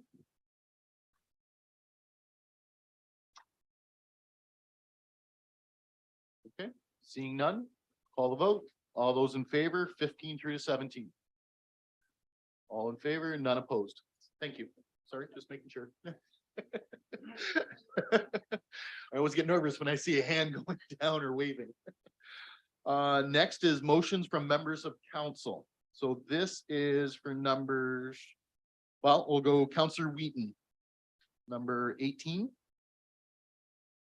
We'll move these ones independently. Yep, moved by Counselor- myself that account number 1200-71128-0170 be Wheaton meetings and luncheons be reduced from $500 to 0. Thank you. Do we have a seconder? Counselor Leatherborough, would you like to discuss this? No, I just think that at the time that we were reviewing budget, I identified that I think that I can pay for my own coffee if I'm meeting with someone out in the community. I don't expect the taxpayer to do that, and this is my contribution to the budget, $500. It's gonna tip the needle. Thank you. Any other discussion? Okay, seeing none. All those in favor, I'll call a vote. Sorry, all those in favor? None opposed, carried. Next, I'll call on Counselor Leatherborough for number 19. Moved by myself, whereas there is a need to accelerate solutions to housing, mental health, safety, and addiction issues in our community. And whereas the County of Oxford is the service manager for housing and programs to support individuals without housing. And whereas the County of Oxford provides such services both directly and through funded local agencies such as Operation Sharing, and whereas mental health and addiction issues are the sole jurisdiction of the province of Ontario. And whereas the province of Ontario provides funding to local agencies, including but not limited to CMHA, Welkin, and Oxford County Community Health Center for mental health and addictions programming. And whereas the Municipal Act confers broad authority to a municipal council to respond to municipal issues, including issues affecting the social well-being of the municipality and the health, safety, and well-being of persons. And whereas additional solutions and or resources are needed to respond to our most vulnerable and marginalized populations, now therefore be it resolved that a mayor's task force be established with a mandate to address the social well-being of the city. And further that mayor, councillor blank and councillor blank. Oh, pardon me. Okay. Councillor Leatherbarrow and Councillor Wismer Van Meer be appointed to the task force for the term of this council. And further that city council approves $150,000 to be funded from the OLG slot reserve fund as funding for the purposes of accelerating solutions to issues affecting the social well-being of the city, hereinafter known as the Community Social Well-being Reserve. And further that community agencies and groups be invited to submit proposals to support new or expanded initiatives that accelerate solutions in support of our most vulnerable and marginalized populations. And further that the mayor's task force be responsible for reviewing such proposals and to make funding recommendations for consideration by city council. And further that base budget provide annual top-up funding to maintain an annual budget of $150,000 with additional funding to come from the OLG slot reserve fund. And further that priority for 2023 funding be given to agency services to lead and support a coordinated encampment response program. And further that city council approve an additional $10,000 to be funded from the OLG slot reserve fund for the hosting of a parks encampments outreach and response one-day training session. And further that city council reduce account 0200-71319-0000 provision for reserve for capital projects by $160,000 to $4,248,000. Let me say that again. $4,248,760. There. Sorry, that was Good. long. Pardon That's a me. long one. That was good. Looking for a seconder on the motion, Councillor Wismer Van Meer. Discussion? Councillor Leatherbarrow. So first, I'd like to thank staff as well as Mr. Mayor and Councillor Wismer Van Meer. I think that the consultation that was conducted in January and then brought back to council really indicated that the participants in that consultation would like to see the city of Woodstock contribute to the greater cause, which is an abundance of things and affecting the province, the world, etc. I am of the understanding that this is not off of the tax levy. This is a unique opportunity for us to pull up a seat at the table with all of the other partners that are there. I encourage our peers to consider this opportunity and just to further relay that it was $350,000 every year for 20 years. And last year was the ending of that. And this is half of those funds that I think could really just contribute further to a bigger cause that a lot of municipalities are trying to tackle collectively. Thank you. As a seconder, would you like to speak to it? Councillor Wismer Van Meer, thank you. Thank you. Just kind of on top of what Councillor Leatherbarrow has said and some conversations I've had with some other councillors. This is a really great opportunity for some of council members from the city to work with the county as well. If there's an opportunity for us to have a committee or a task force of this sort to work with the well-being committee that's being created through the county, sharing resources, sharing initiatives. The more we talk, that's great, but the more action is even better. I think that this could bring some really efficient and effective opportunities to our community. And as Councillor Leatherbarrow has mentioned, we heard from a lot of folks that this is what they want to see us doing. They want to see us moving, putting our words into action. And with this coming from OLG revenue, this is a really great opportunity to I think, start getting that in motion. Thank you. Any other discussion? Councillor Schanberg. Yeah, from the mayor, I guess, through to our CAO or maybe even the finance, just to give us again, for the people viewing the sort of the Coles notes on the 20-year history of funding or assisting funding to the hospital project and why that's now sort of off the book, so to speak, and where the money would be coming from to do this.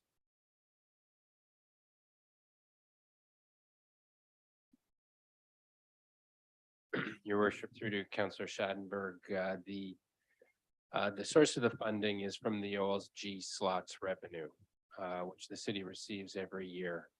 And council, under a current decision, allocates 15% of that to community grants. And had a standing resolution that $350,000 would go towards support for the new hospital. And that was to run for 20 years. And that was at that time, the city's commitment to the hospital to help promote the development of a new hospital, to show local community commitment. And at the time, I believe the council made the decision because they felt that that was a project that was very important to the community. And so they made the decision to apply those funds. Now that funding, that 20-year commitment ran its course and completed last year. So that 350,000 that has for the last 20 years been flowed to the hospital under the standing resolution of City Council. It has been directed to the capital reserves. The standing decision of council was anything left over after the 30% that is applied to the revenue fund budget and the 15% to the community grant program, the balance goes to the capital reserves. Councillor Schadenberg.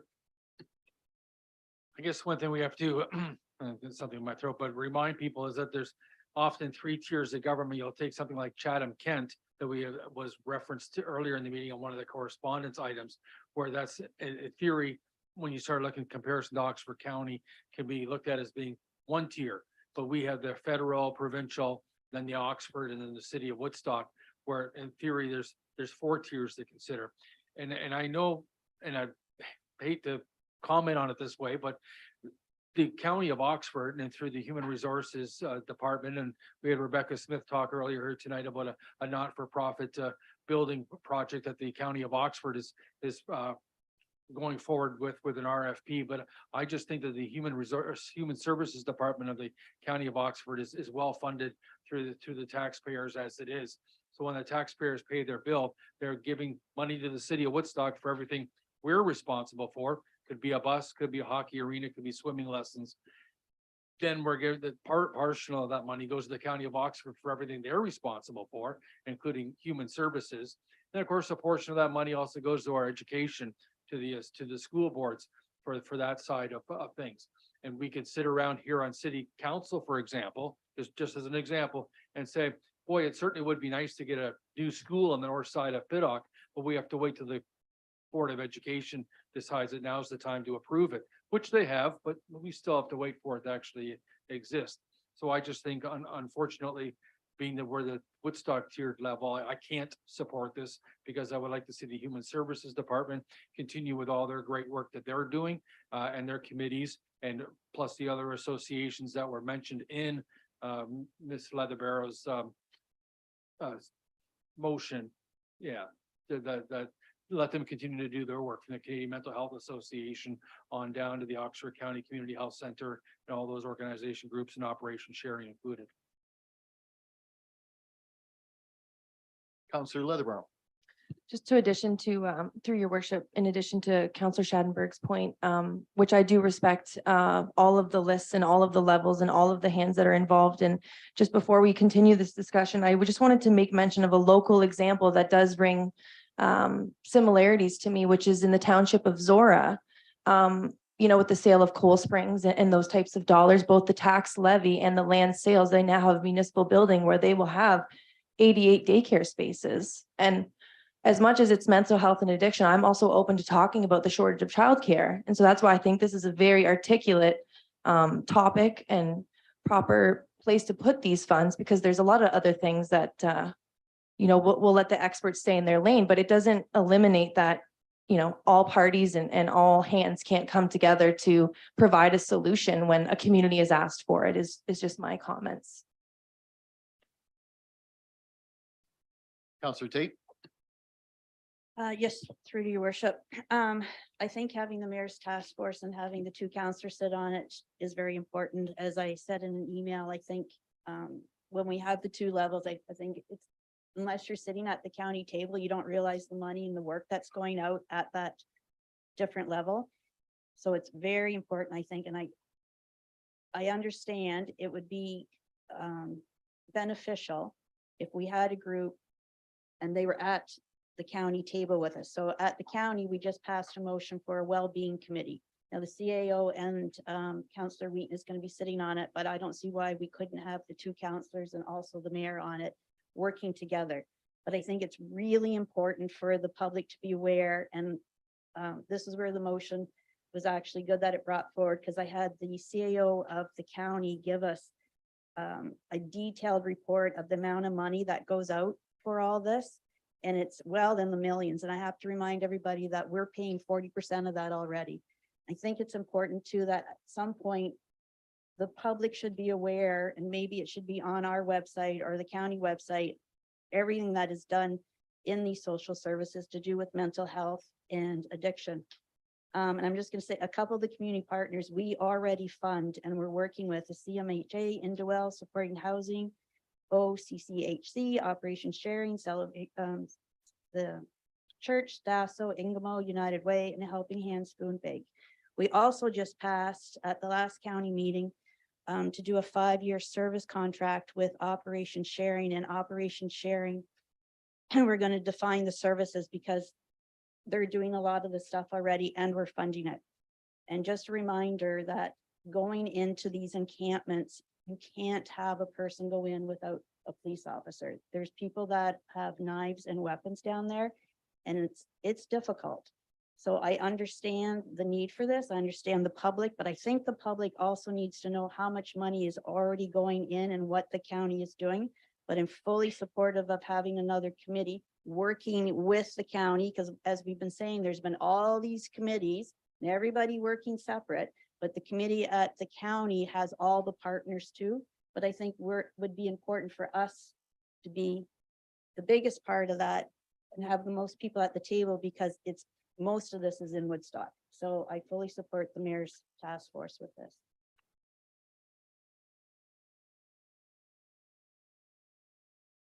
Thank you. Discussion, Counselor Lauder? I'm going to say I'm not in support of the resolution. I would rather that the discussion is an item we deal with when we meet with the strategic realignment workshop on March the 30th. We have been provided with the efforts that the county is putting into homelessness and the many partners involved. We are hiring 10 new police officers. They have community engagement officers working alongside MHART, building rapport with persons experiencing homelessness. I've had a meeting with Sean Chapton. He is pleased with the direction of the staff. His staff is dealing with homelessness. I am not saying this shouldn't happen. I just want to be assured if we spend money, we are making the best use of it. So that's why I would like to have this done at, or more talk about it at the strategic realignment workshop. And if I could, I don't know if this is the time to do it, to bring a motion forward to refer it to the realignment, strategic realignment.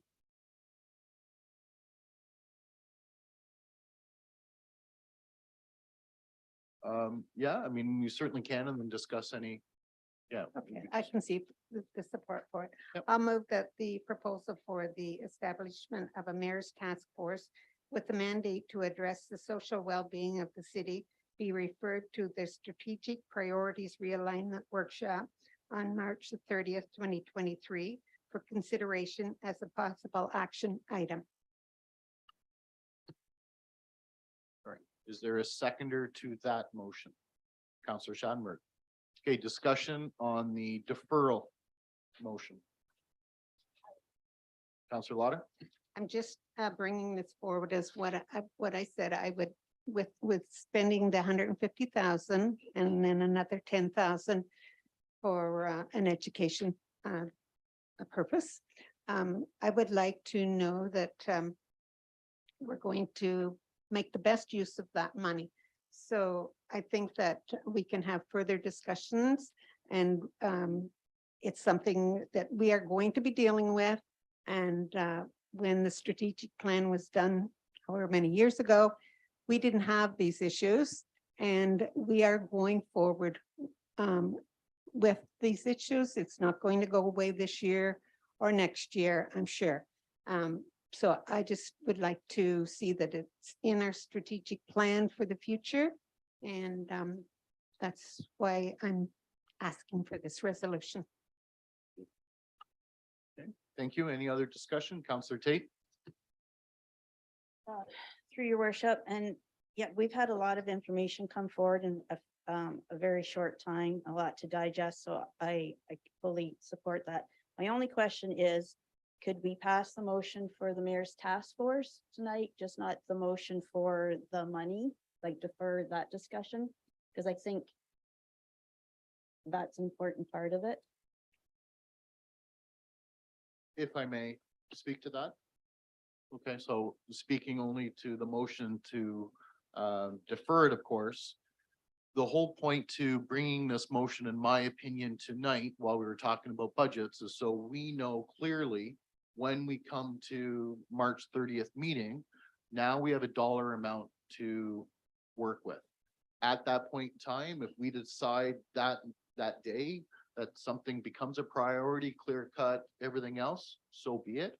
If not, this money will be, again, the way I'm thinking and way I'm understanding with the CIO is we will be coming back to council with this money. This is not a mayor's task force that is given $150,000 and clearly spends it. Let me be clear. The whole point to this is to have a task force, just like Councillor Tate mentioned, look at, you know, what are the needs, what is everything else, bring it back to council at a future meeting, at maybe the next meeting, and saying, okay, fellow councillors, this is what we've say prioritize. This is what we think we should spend this on. What do you think? Right. I think for the last 20 years, we've been putting $350,000 into something that was very, very important to us 20 years ago with the hospital. This is no different in my mind. This is absolutely no difference. This issue is becoming so large, so quickly. In my 8 years as a counselor, this was barely ever discussed. The last year has been unbelievable. So this is a priority in my mind. I think we all recognize we have to spend money. This is not a county problem. This is a city of Woodstock problem. So by going to the table with $150,000, we can ask for other, maybe the county to come on board. We spend some money, they can help top us up, or we go to the province and say, we need this as a city. So that's all I asked as a consideration for all of council on this deferral. And I would rather go with the knowledge of we have X amount of dollars to spend on March 30th. Councillor Tate. Okay, just through your worship, let's not confuse this. This is a county issue because the county gets the money from the province. That's why the service is delivered through the county. So that's why all the money is spent there. And from sitting at the county for the last, I don't know how many years now, we have been discussing this for years and been putting money at it. So just for everybody's benefit, we have been spending millions of dollars on this. So I disagree that we haven't been doing anything. We have been. This operation sharing model is just getting up and going, and it's going to cost a lot of money, and that's coming from the county. So as the city, we don't go to the county and ask to top it up. They're already doing it. So let's not confuse that, but I think it's a really important issue, and I agree with the deferral because there's a lot of information in here I think everybody needs to digest. Councillor Lauder and I are the only two from the council that have been sitting at the county table all these years, and we understand the money that's been going out and the work that's been doing, the work the police have been doing, everybody. So I think it's really important we don't come to I don't think it's going to matter to defer it, but The dollar amount isn't coming from the budget because it's coming from the slots. And I don't compare it to the hospital because it's a completely different issue. We've been spending millions of dollars on this. So let's not confuse the two because that's the way it operates. We don't say it's a county problem, but it's a county funding issue because they get the money from the province. We don't. So even this money, it's not going directly from the taxpayer, but it's money that's supposed to go into reserve for capital projects. So when we don't have the money in the capital projects, we are going to have to take it from the taxpayer. So everybody needs to be mindful of that. I don't have an issue, and I've said before, the county pays for everything. If we have to do something extra as Woodstock because the problem's here, I'm fine, but I think it needs to be a bigger discussion. Exactly what we're looking at, but I have no issue with the mayor's task force. Councillor Wheaton.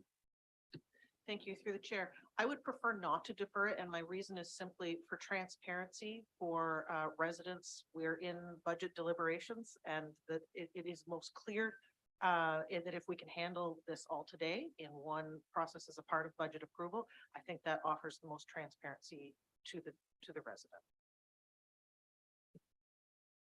Thank you. Any other discussion on the deferral? Still, we're on. Councillor Wismer Van Meer. Through the chair, I'm not sure who I should direct this question to, so I'm just going to throw it out to whoever can catch it. If this is deferred, what we have here going to the strategic planning, or no, sorry, my apologies. If we do not defer this, what we have here, can this not still go to our strategic planning conversations to be discussed then, to be looked at with what we have in front of us? Is that not still an option to be brought forward in that conversation? Yes, if I can answer that one, I think I got that one. So just to be clear, if this is not deferred and it passes, yes, the whole idea was of that. I wanted to bring it forward. So not only the public is aware what we're doing with that OLG money, but also it gives a clear number to our March 30th meeting for the strategic plan. So we have an idea, at least now we've got budgeted money. Do we have to decide that day how it's spent? Absolutely not. There's still a task force. We can still talk. But I think from those strategic plans, I'm really hoping, let's say, 3 to 5 items are prioritized and we can look at, okay, how do we go about that? And at least, again, for the public's sake, it's clear, transparent, they see where it's coming from. Okay, does that answer your question? Thank you. Any other questions, council? No? Councillor Schadenberg, thought you had one. Yeah, through the mayor, just, I guess another comment, I guess, when it's all said and done, when you talk about the Human Services Department of the County of Oxford, and what I've done is I've applauded the work that they do, and it's so multifaceted from daycares. We've talked about all to affordable housing. I hate to use the word affordable because that's supposed to be 80% of market rent, but geared income housing, if you want to call it that. But I still firmly believe that the city of Woodstock does a lot for the people that are sort of, for lack of a better term, in need. For example, the subsidized fare program that we've got. For example, that we don't have the County of Oxford coming to us to say, well, let's have subsidized bus routes, for example, coming from Human Services Department, asking us, the city of Woodstock, to do that. They are reduced to $275 is a fare, and you can buy monthly passes. So I think the city of Woodstock is already doing something in that way. And the other way was sort of the, not to bring up the Capitol Theater again, but there was a project where the city of Woodstock took back ownership of that building or that lot. And what did we do? We ended up selling it back to the county for less than what we could have gotten for it as a market value. So there was something else the city of Woodstock has done to favor or be in favor of human services for the county. And I'm not to say there's not going to be future things to do it. I just don't like the idea of us forming a task force to do work that somebody else and other organizations are already doing.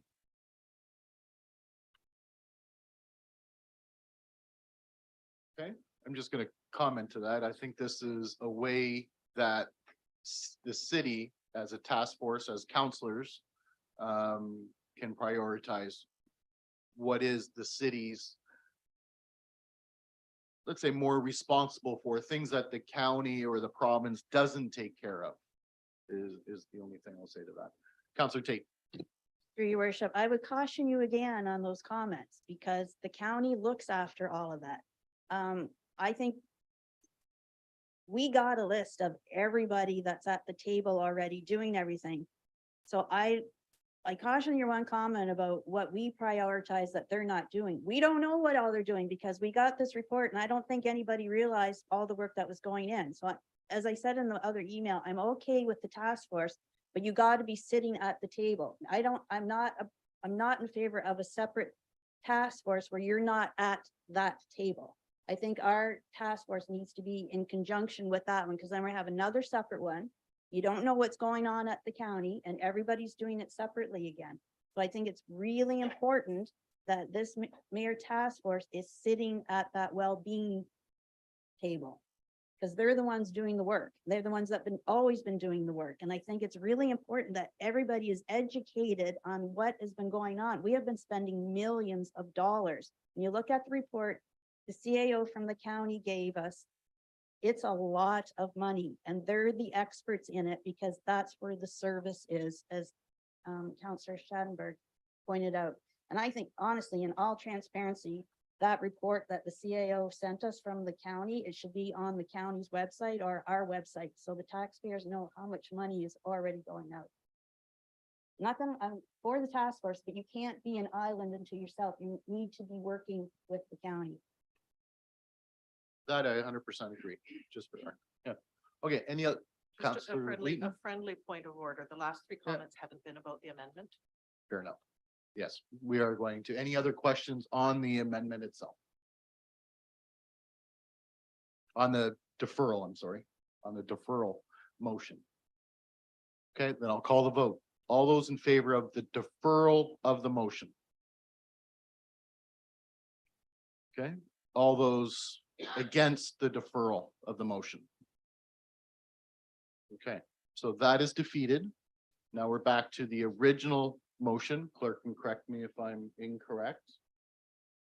Counselor Tate, I just do a friendly amendment then that the mayor's task force works in conjunction with the well-being committee of the county. I mean, I guess that's up to council. We need Counselor Leatherborough. Sorry, through your worship, Being a just, seconder.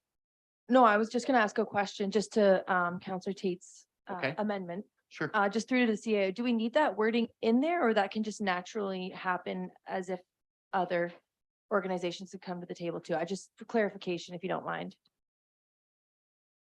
Your worship, through to Councillor Leatherborough, if it's council's express wish to have the mayor's task force work in conjunction, it would be best that that direction be provided, and then it will certainly happen.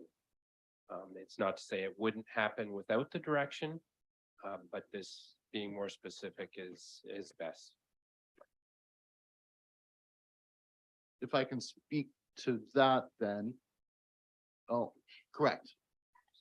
Well, is it a formal, is it a friendly amendment then at this point? Then I do need a seconder? Oh, yeah, so I do need the original first motion. So Counselor Leatherborough, would you agree to that friendly amendment to that? Yes. Yep. Okay, thank you. And to the seconder, Counselor Wismer Van Meer. Would you agree to I'm in that? favor of that. Okay, Counselor Tate.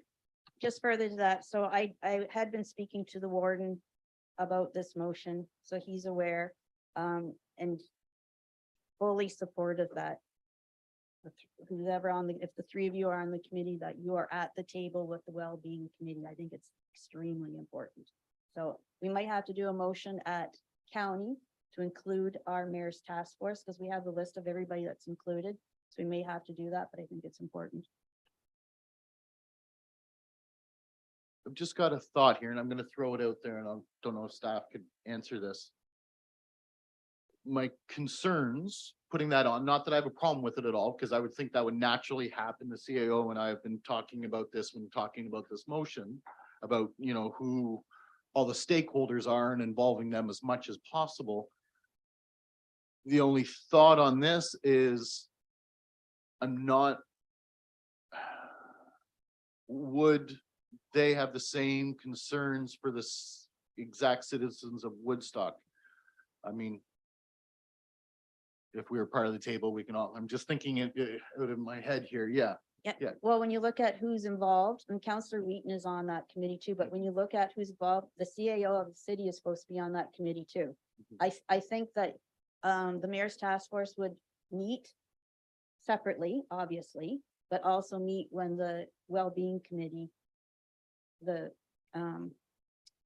one from the county also meets. I mean, I can see like the mayor's task force would meet separately because you'd have a discussion, what you see is most important, but then when you go to the table, you take it to the table at the county.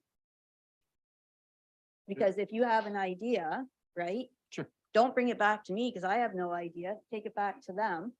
And if they're not already doing it, then you bring it back to us and say, this is how we're going to spend the money. And if they're not doing it already, right? That was the plan anyway. Yeah. Yeah.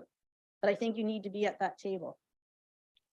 Okay, then we'll go with a friendly amendment. Councillor Leatherborough agrees, Councillor Wismer Van Meer agrees. Any other discussion before we vote on the motion with a friendly emotion, geez. Motion, it's getting late. It's been a long day. With a friendly motion that, or amendment that we add the well-being at the county to be involved. Okay, so that basically means the three of us then would also be on that. So just to be clear, we would be on that committee. Okay? Yes? Okay. All right. No other questions or discussion? Oh, Councillor Shanberg? Are we voting just on the amendment therefore, or the entire motion now? Yeah, the entire Okay. motion, including the friendly amendment of being involved with the Sure. counties. Can I comment on that? then, Yes, Your Worship? absolutely. That's what I'm asking. My question therefore would be, who is selected? Who are the three members going to be besides the mayor? That was in the motion of Councillor Leatherborough and Councillor Wismer Van Meer. Well, I'll still be voting against it then. Okay. Councillor Lauder? I have another amendment that I would like. It's that. Can I do it?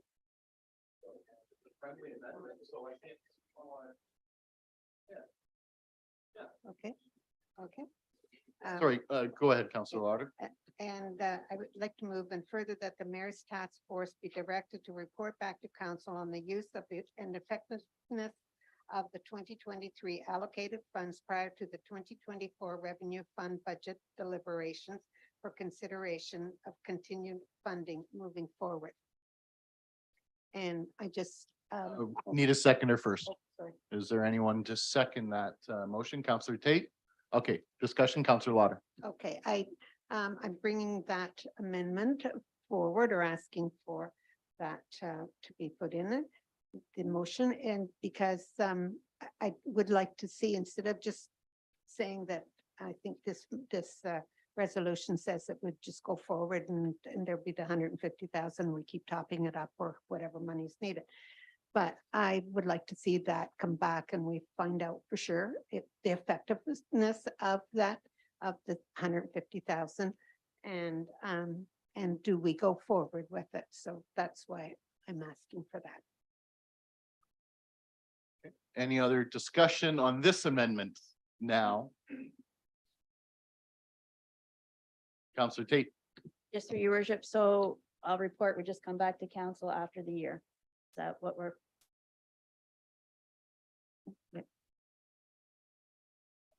Prior to, yeah, the revenue fund budget. So this time basic, or, yeah. I may remind council, the way this was formed though, is we are voting on anything we spend anyway. So those discussions will happen before any more money is provided to any group or anything else. So I'm not quite sure if this is redundant or not. That's my only thought. Counselor Leatherborough?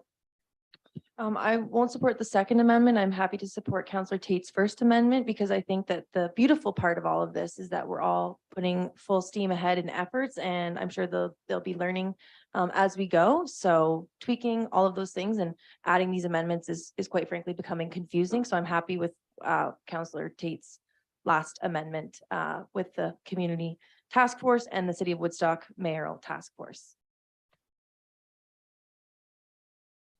Any other discussion on this amendment? Okay, seeing none, then I'll call the vote on the amendment only for the task force to be directed to report back to council prior to the 2024 revenue budget deliberations. That's summarized, okay? Okay. All those in favor of the amendment?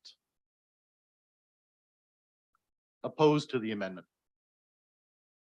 Okay, that is not carried. So now we're back to the friendly amendment. The whole motion, the original motion with the friendly amendment. Any further discussion before I call a vote on that one?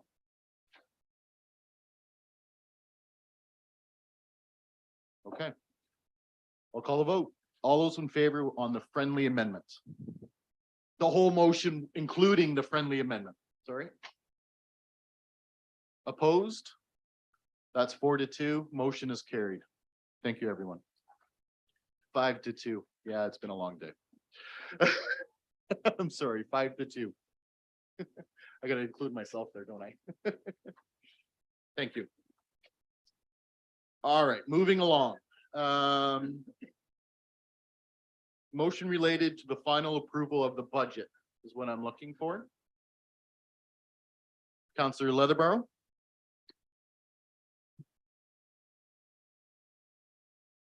There we are.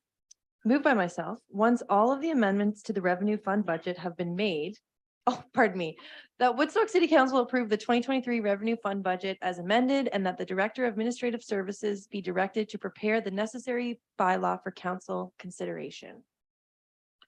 Thank you. Looking for a seconder on that. Counselor Tate, now discussion.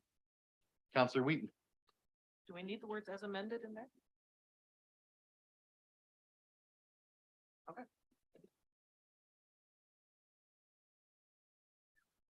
Any other discussion or questions? Counselor Tate.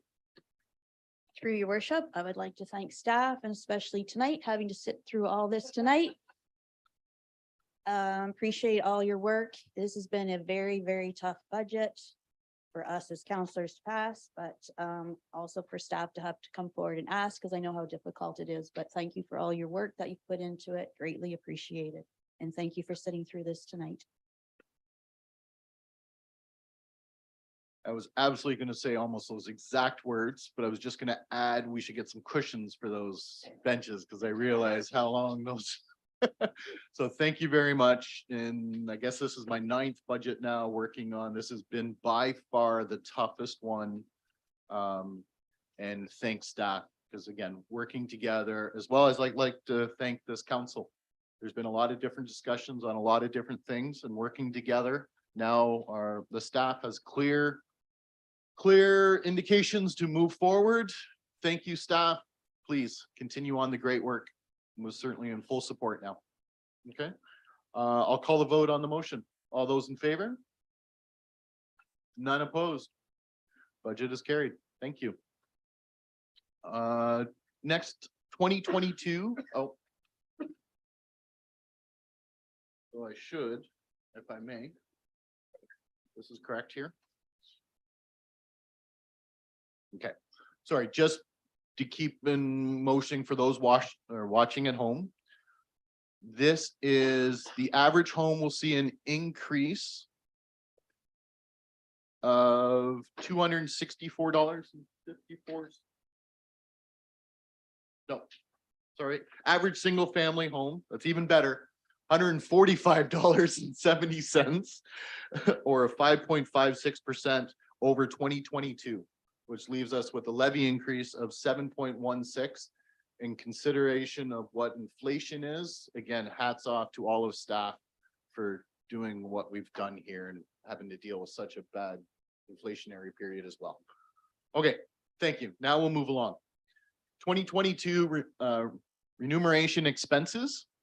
Looking for a motion, Counselor Tate. I'll move to receive his information. Thank you. Can I have a seconder? Counselor Wismer Van Meer, discussion? Seeing none, I'll call the vote. All those in favor? None opposed. Engineering, Wellington Street and Quinton Place reconstruction contract. Looking for a motion. Counselor Lauder, I'll move that Woodstock City Council award the tender for the reconstruction of Wellington Street and Quinton Place to Yukon Construction Limited in the amount of $3,247,084.98 inclusive of HST. thank you. Can I have a seconder? Counselor Wismer Van Meer, discussion? Okay, seeing none, call the vote. All those in favor? None opposed, carried. No cultural services, Parker Rec, economic development. We do have permanent pop-up patio program. Looking for a motion, Counselor Wismer Van Meer. I move that the Woodstock City Council authorize the permanent adoption of the city's pop-up patio program, and further that the necessary delegation of authority and fee bylaw be read and council policy GA 07 delegation of powers and duties be updated accordingly. Thank you. Looking for a seconder of the motion, Counselor Leatherborough. Discussion, Counselor Wismer Van Meer. Just a general comment. I think that having these pop-up patios has brought something really fun to our downtown. As somebody who grew up in this community, yes, I was one of those people that hung around downtown as a teen. But as an adult, it's great to be able to go back downtown and enjoy a beverage on the patio with my family or my friends. And I love, especially during Street Fest last year, the buzz that was there. It was such a fun night. I said to my husband as we sat there for 3.5 hours. It was a long night, but I was like, this is just exactly what our downtown needs again. And just seeing all the people walking around, it was a really good, positive experience. So I'd love to see this continue. Counselor Leatherborough. Through your worship, I echo Councillor Wismer Van Meer's comments there, and I love a good patio, especially downtown Woodstock. I'm overall very excited about the BIA, and Miss Carrie Jarvie is phenomenal and works at a really fast pace, which I really appreciate. And I did take it upon myself to go for a walk 2 days ago and found all of the available parking. So patios and parking, I think it's going to be an enjoyable spring and summer. Thank you, Counselor Wheaton. Thank you. Effective January 1st of 2023, the AGCO or the Alcohol Gaming Commission of Ontario no longer accepts applications or has the approval authority for the extensions of temporary patio liquor licenses. And so I'm wondering, what will the city's application and approval process be, because that now falls to municipalities?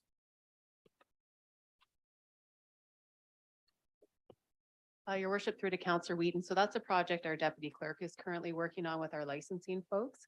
And ultimately the process will be the same as it always has been, but we become the approval authority, as you mentioned, rather than us having to give them a letter to say, we have no issues with it. Now you have to go to the AGCO. So the process will actually be fairly similar, but it removes a step for applicants. So it's trying to streamline that process in the end. So we're trying to streamline it on our end as well. So just as a follow-up, then we anticipate that that process will be in place for the April 15th, in enough time for the applicant to inform the AGCO of their approval? Your worship, through to Councillor Whedon, yes, it will. Thank you. Any other discussion? Counselor Sandberg. Yeah, I guess, Mayor, I just want to make a comment that the timing changes to April 15th to October 15th for the pop-up patios. And I think that's important because it gets to the point late in October that it's time to get those parking spots back to the people who need to park their cars. And I don't mean it to be cynical or anything like that. October 31st was a little bit too late to continue the program, in my opinion. Any other discussion? Mr. Arvai is here tonight. If there's any questions, of course, she created it. So. No, you've been sitting here all night. for no reason. And with that, I'll call the motion. All those in favor? None opposed, carried. Thank you very much. And then I'll just add to that, that's very exciting as well, for someone that likes to, meet my wife downtown somewhere after meetings and everything else for the two of us and sit outside. This is, it is exciting. Moving along to clerks, looking for chief administrative, human, fire, public works, information, special committees, notice of motion, and now new business. Counselor Leatherborough. Moved by myself that Woodstock City Council direct staff to prepare a report regarding recent complaints and corresponding enforcement of non-compliance with municipal code chapter 802 fireworks, specifically with respect to section 802.11.1 and the discharge of fireworks outside of the approved holidays. And further, that the report include a review of actions being taken by other municipalities to combat similar non-compliance, including information on the option of banning the sale and discharge of fireworks outright. Thank you. Looking for a seconder on that motion. Counselor Wheaton. Counselor Leatherborough, would you like to discuss that? Thank you, through your worship. So shortly after I was elected, I had a few different phone calls from different neighborhoods within the city of Woodstock concerned about firework activity. There was no issues with holidays, but it was more so every weekend, Saturdays and Sundays, and the disruption that it was causing not only to neighborhoods, but also to children and or furry family members. So after inquiring with staff and speaking with the fire chief and the deputy chief, which he pointed me to the literature that they've produced to kind of raise awareness over education on firework usage. I'm looking at it right now, but there's also a QR code that you can scan and learn about it. So I just really wanted to collect more information, as I know other municipalities are also trying to decrease firework activity outside of designated holidays. I know that they could be a tricky task, but that's why I brought this forward and hoping that we can get a report back from staff. Okay, Counselor Tate. Yes, through your worship. And I noticed that a few months ago, the city of Brampton just passed a very strong fireworks bylaw.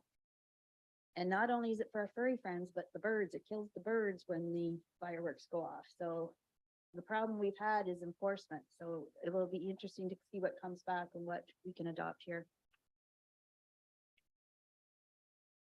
Any other discussion? Counselor Lauder.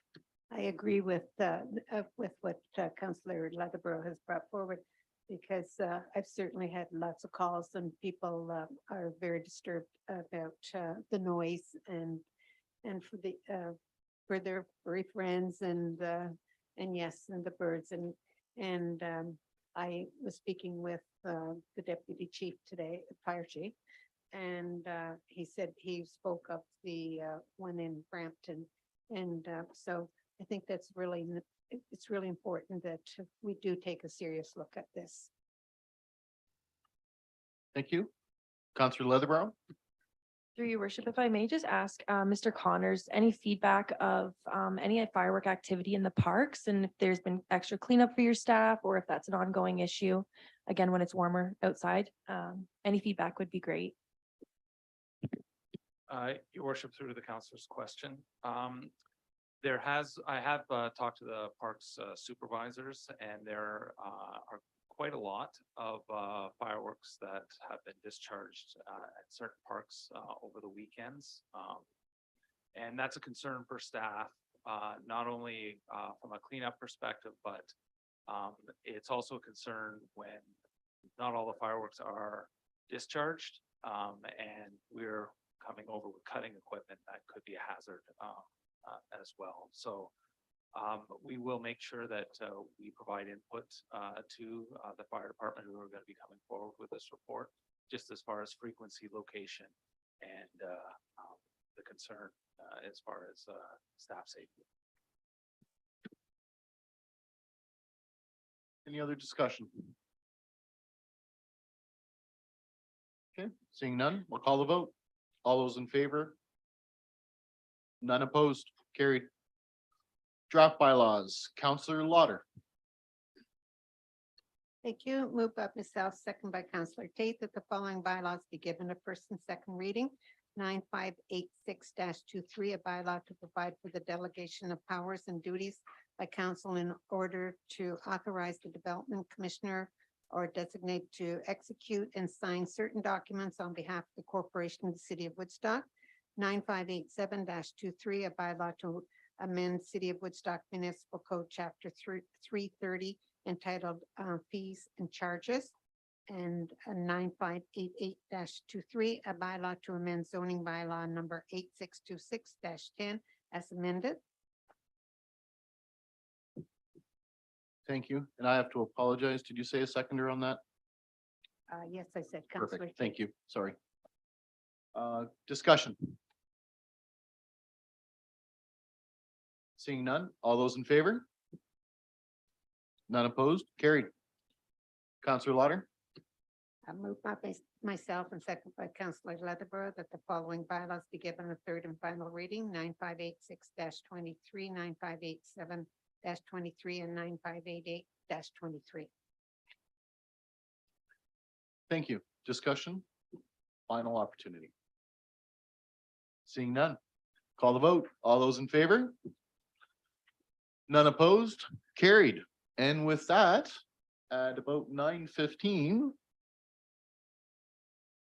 we'll do closing comments. Councillor Tate, I'm going to start with you tonight. Yeah, just a comment. I know I've mentioned this before about the board and I, we don't always agree on things, but we work together well and we leave it. And I just want to comment, I know in this council, a lot of us have a different opinions, not that one's right and one's wrong. That's what we come here to argue. But I've been going through a process now with, seems to be people lacking principles and beliefs. And I just, Councillor Leatherbarrow and I sometimes don't agree on a lot of stuff, but I have to give her credit. She has principles and beliefs that she believes strongly in. And it makes a big difference with dealing with it. I think it's important. I think it's an important trait, especially in public service, that you have these principles and beliefs, not that they're always the same as everybody else, and fully appreciate that. But the process I've been going through where people don't have that, it is not, it's not good. And it's not good for everybody around. So I just wanted to comment on that, and that's it. Thank you. We're going to bounce over here. Councillor Wheaton. That's the effect I was looking for. No, I thought you were going with Councillor Leatherborough. Happy birthday, your worship. Thank you. 45th? 49, not 50 yet, or as my father-in-law says, I'm still going up the ladder. Not down yet. Thanks. For another year, sorry. I just wanted to take a moment and remember the mayor of West Elgin who passed away this past weekend, Duncan McPhail. A long service of serving his community. I know that I've only had the opportunity to get to know him quite recently on working with him on the Southwest Public Board of Health, and appreciated his input and his experience. I know that this will be a significant gap to the community in West Elgin, and certainly a tremendous loss to his family that we want to send, I think collectively as a council, send our thoughts and our condolences. I will add to that, that I did send a letter off through the county on behalf of the county as well, because I know the warden is away on holidays right now, so we wanted to make sure of that, because I know he knew him well. Councillor Leatherborough. I'll keep it brief. March break is still in full swing, so do check out what the aquatics have on tomorrow. And next Tuesday is the Sips and Social at Goff Hall. So Tuesday, March 21st, doors opening at 6 p.m. Tickets for the event are $50 and they include 10 tokens for the event. And I hear that they will have really good coffee. Councillor Wismer Van Meer. Just a couple of quick things. I'm thinking of the police services in Edmonton today after the devastation, and thinking of our local police force. I'm sure anytime this news comes across, it is extremely hard for you and your staff. So please know that our entire community is thinking of you, and we're sending our thoughts as well to our friends in Edmonton as well. And just one quick thing, Lindsay's not here tonight, the CEO of the library, but today I went along with some of my fellow staff from Big Brothers Big Sisters to support our 2S LGBTQIA+ community. They had the drag story times. It was a lot of fun, but I was just absolutely amazed with how well that staff handled today. There were some disruptions, but they did such an amazing job and were so professional. I tried to go up to each and every single one of them to thank them and let them know how incredibly proud I guess I was to see that level of professionalism. It's a really difficult thing to handle, but they did an incredible job. So I just publicly wanted to thank them and thank the drag story time. It was Miss Lita and Galaxy Rose that were there today. Lots of fun. Kids were having a blast. I heard so many kids just walking out, jumping around, having fun. So kudos to everybody involved in that. And happy St. Patty's Day as well. And be responsible, my friends. If you are going out, you do not drink and drive. Please make it a safe one for everybody.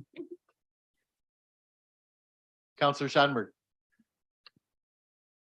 Couple of one of those circle your calendar ideas. And I know that Rita Haran and Chris Kern are still here from the Parks Department. Of course, Brian Connors from Parks and Recreation are here. So these are both the city events to circle on your calendar. One being Saturday, April 29th, Arbor Day. Meet in Southside Park at 8:30 in the morning for a tree planting day for parks in the city of Woodstock. I guess I could call Chris up and find out where we're going to be planting trees, but it's still a month away, so we can wait. And the spring cleanup in Southside Park is the meeting place on Saturday, April 22nd, so 1 week earlier at 8 a.m. So those 2 days are very important to remember if you love the Parks and Rec in the city of Woodstock. Thank you. And last but certainly not least, Councillor Lauder. Thank you. I just have to report, the last Saturday I was at a fashion show at Southgate. It was really well attended and Southgate did a great job. But the exhibitors, the clothing was supplied by Robert's Clothing and Zabian's. And I was so impressed by the clothing that they had. Both Zabian's and Roberts did a wonderful job. So just remember, we do have a lovely ladies shop, and I know there's more than one, but certainly Roberts, stop in and see what they have, and same with Zabian's. So that's all I have for today, and just shop downtown. Thank you. First, I want to say a big thank you to Avanesh for inviting me to the Holy Mela event on Saturday. That was a very, very unique experience that my wife and I really enjoyed. Councillor Schadenberg was there and Councillor Tate was there as well. The colors, the powder. I still haven't heard from the dry cleaner if my suit jacket is going to come clean or not. But besides that, I certainly got it out of the rest of the clothes. I say I. Sorry, honey. Not I. It was a lot. It was a lot of fun.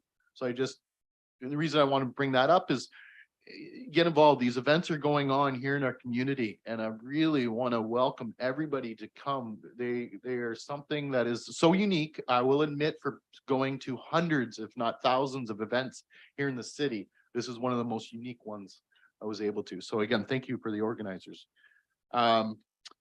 Of course, St. Patty's Day, I'm wearing green on purpose to help celebrate and remind everybody. And I do want to say, please don't drink and drive.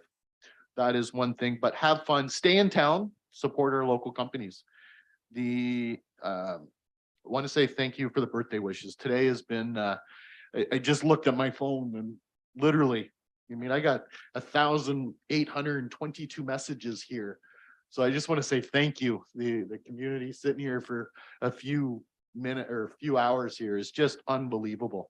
I just want to say thank you so much for your support. Today I had my nephew. He was the mayor for the day. So we got to go around to the different events. And he just loved it. I can't believe I wore my 15-year-old nephew out. He got picked up about an hour ago, but picked him up at 9 o'clock this morning. So I want to say thank you to the staff. We went around, we showed a few of the different departments.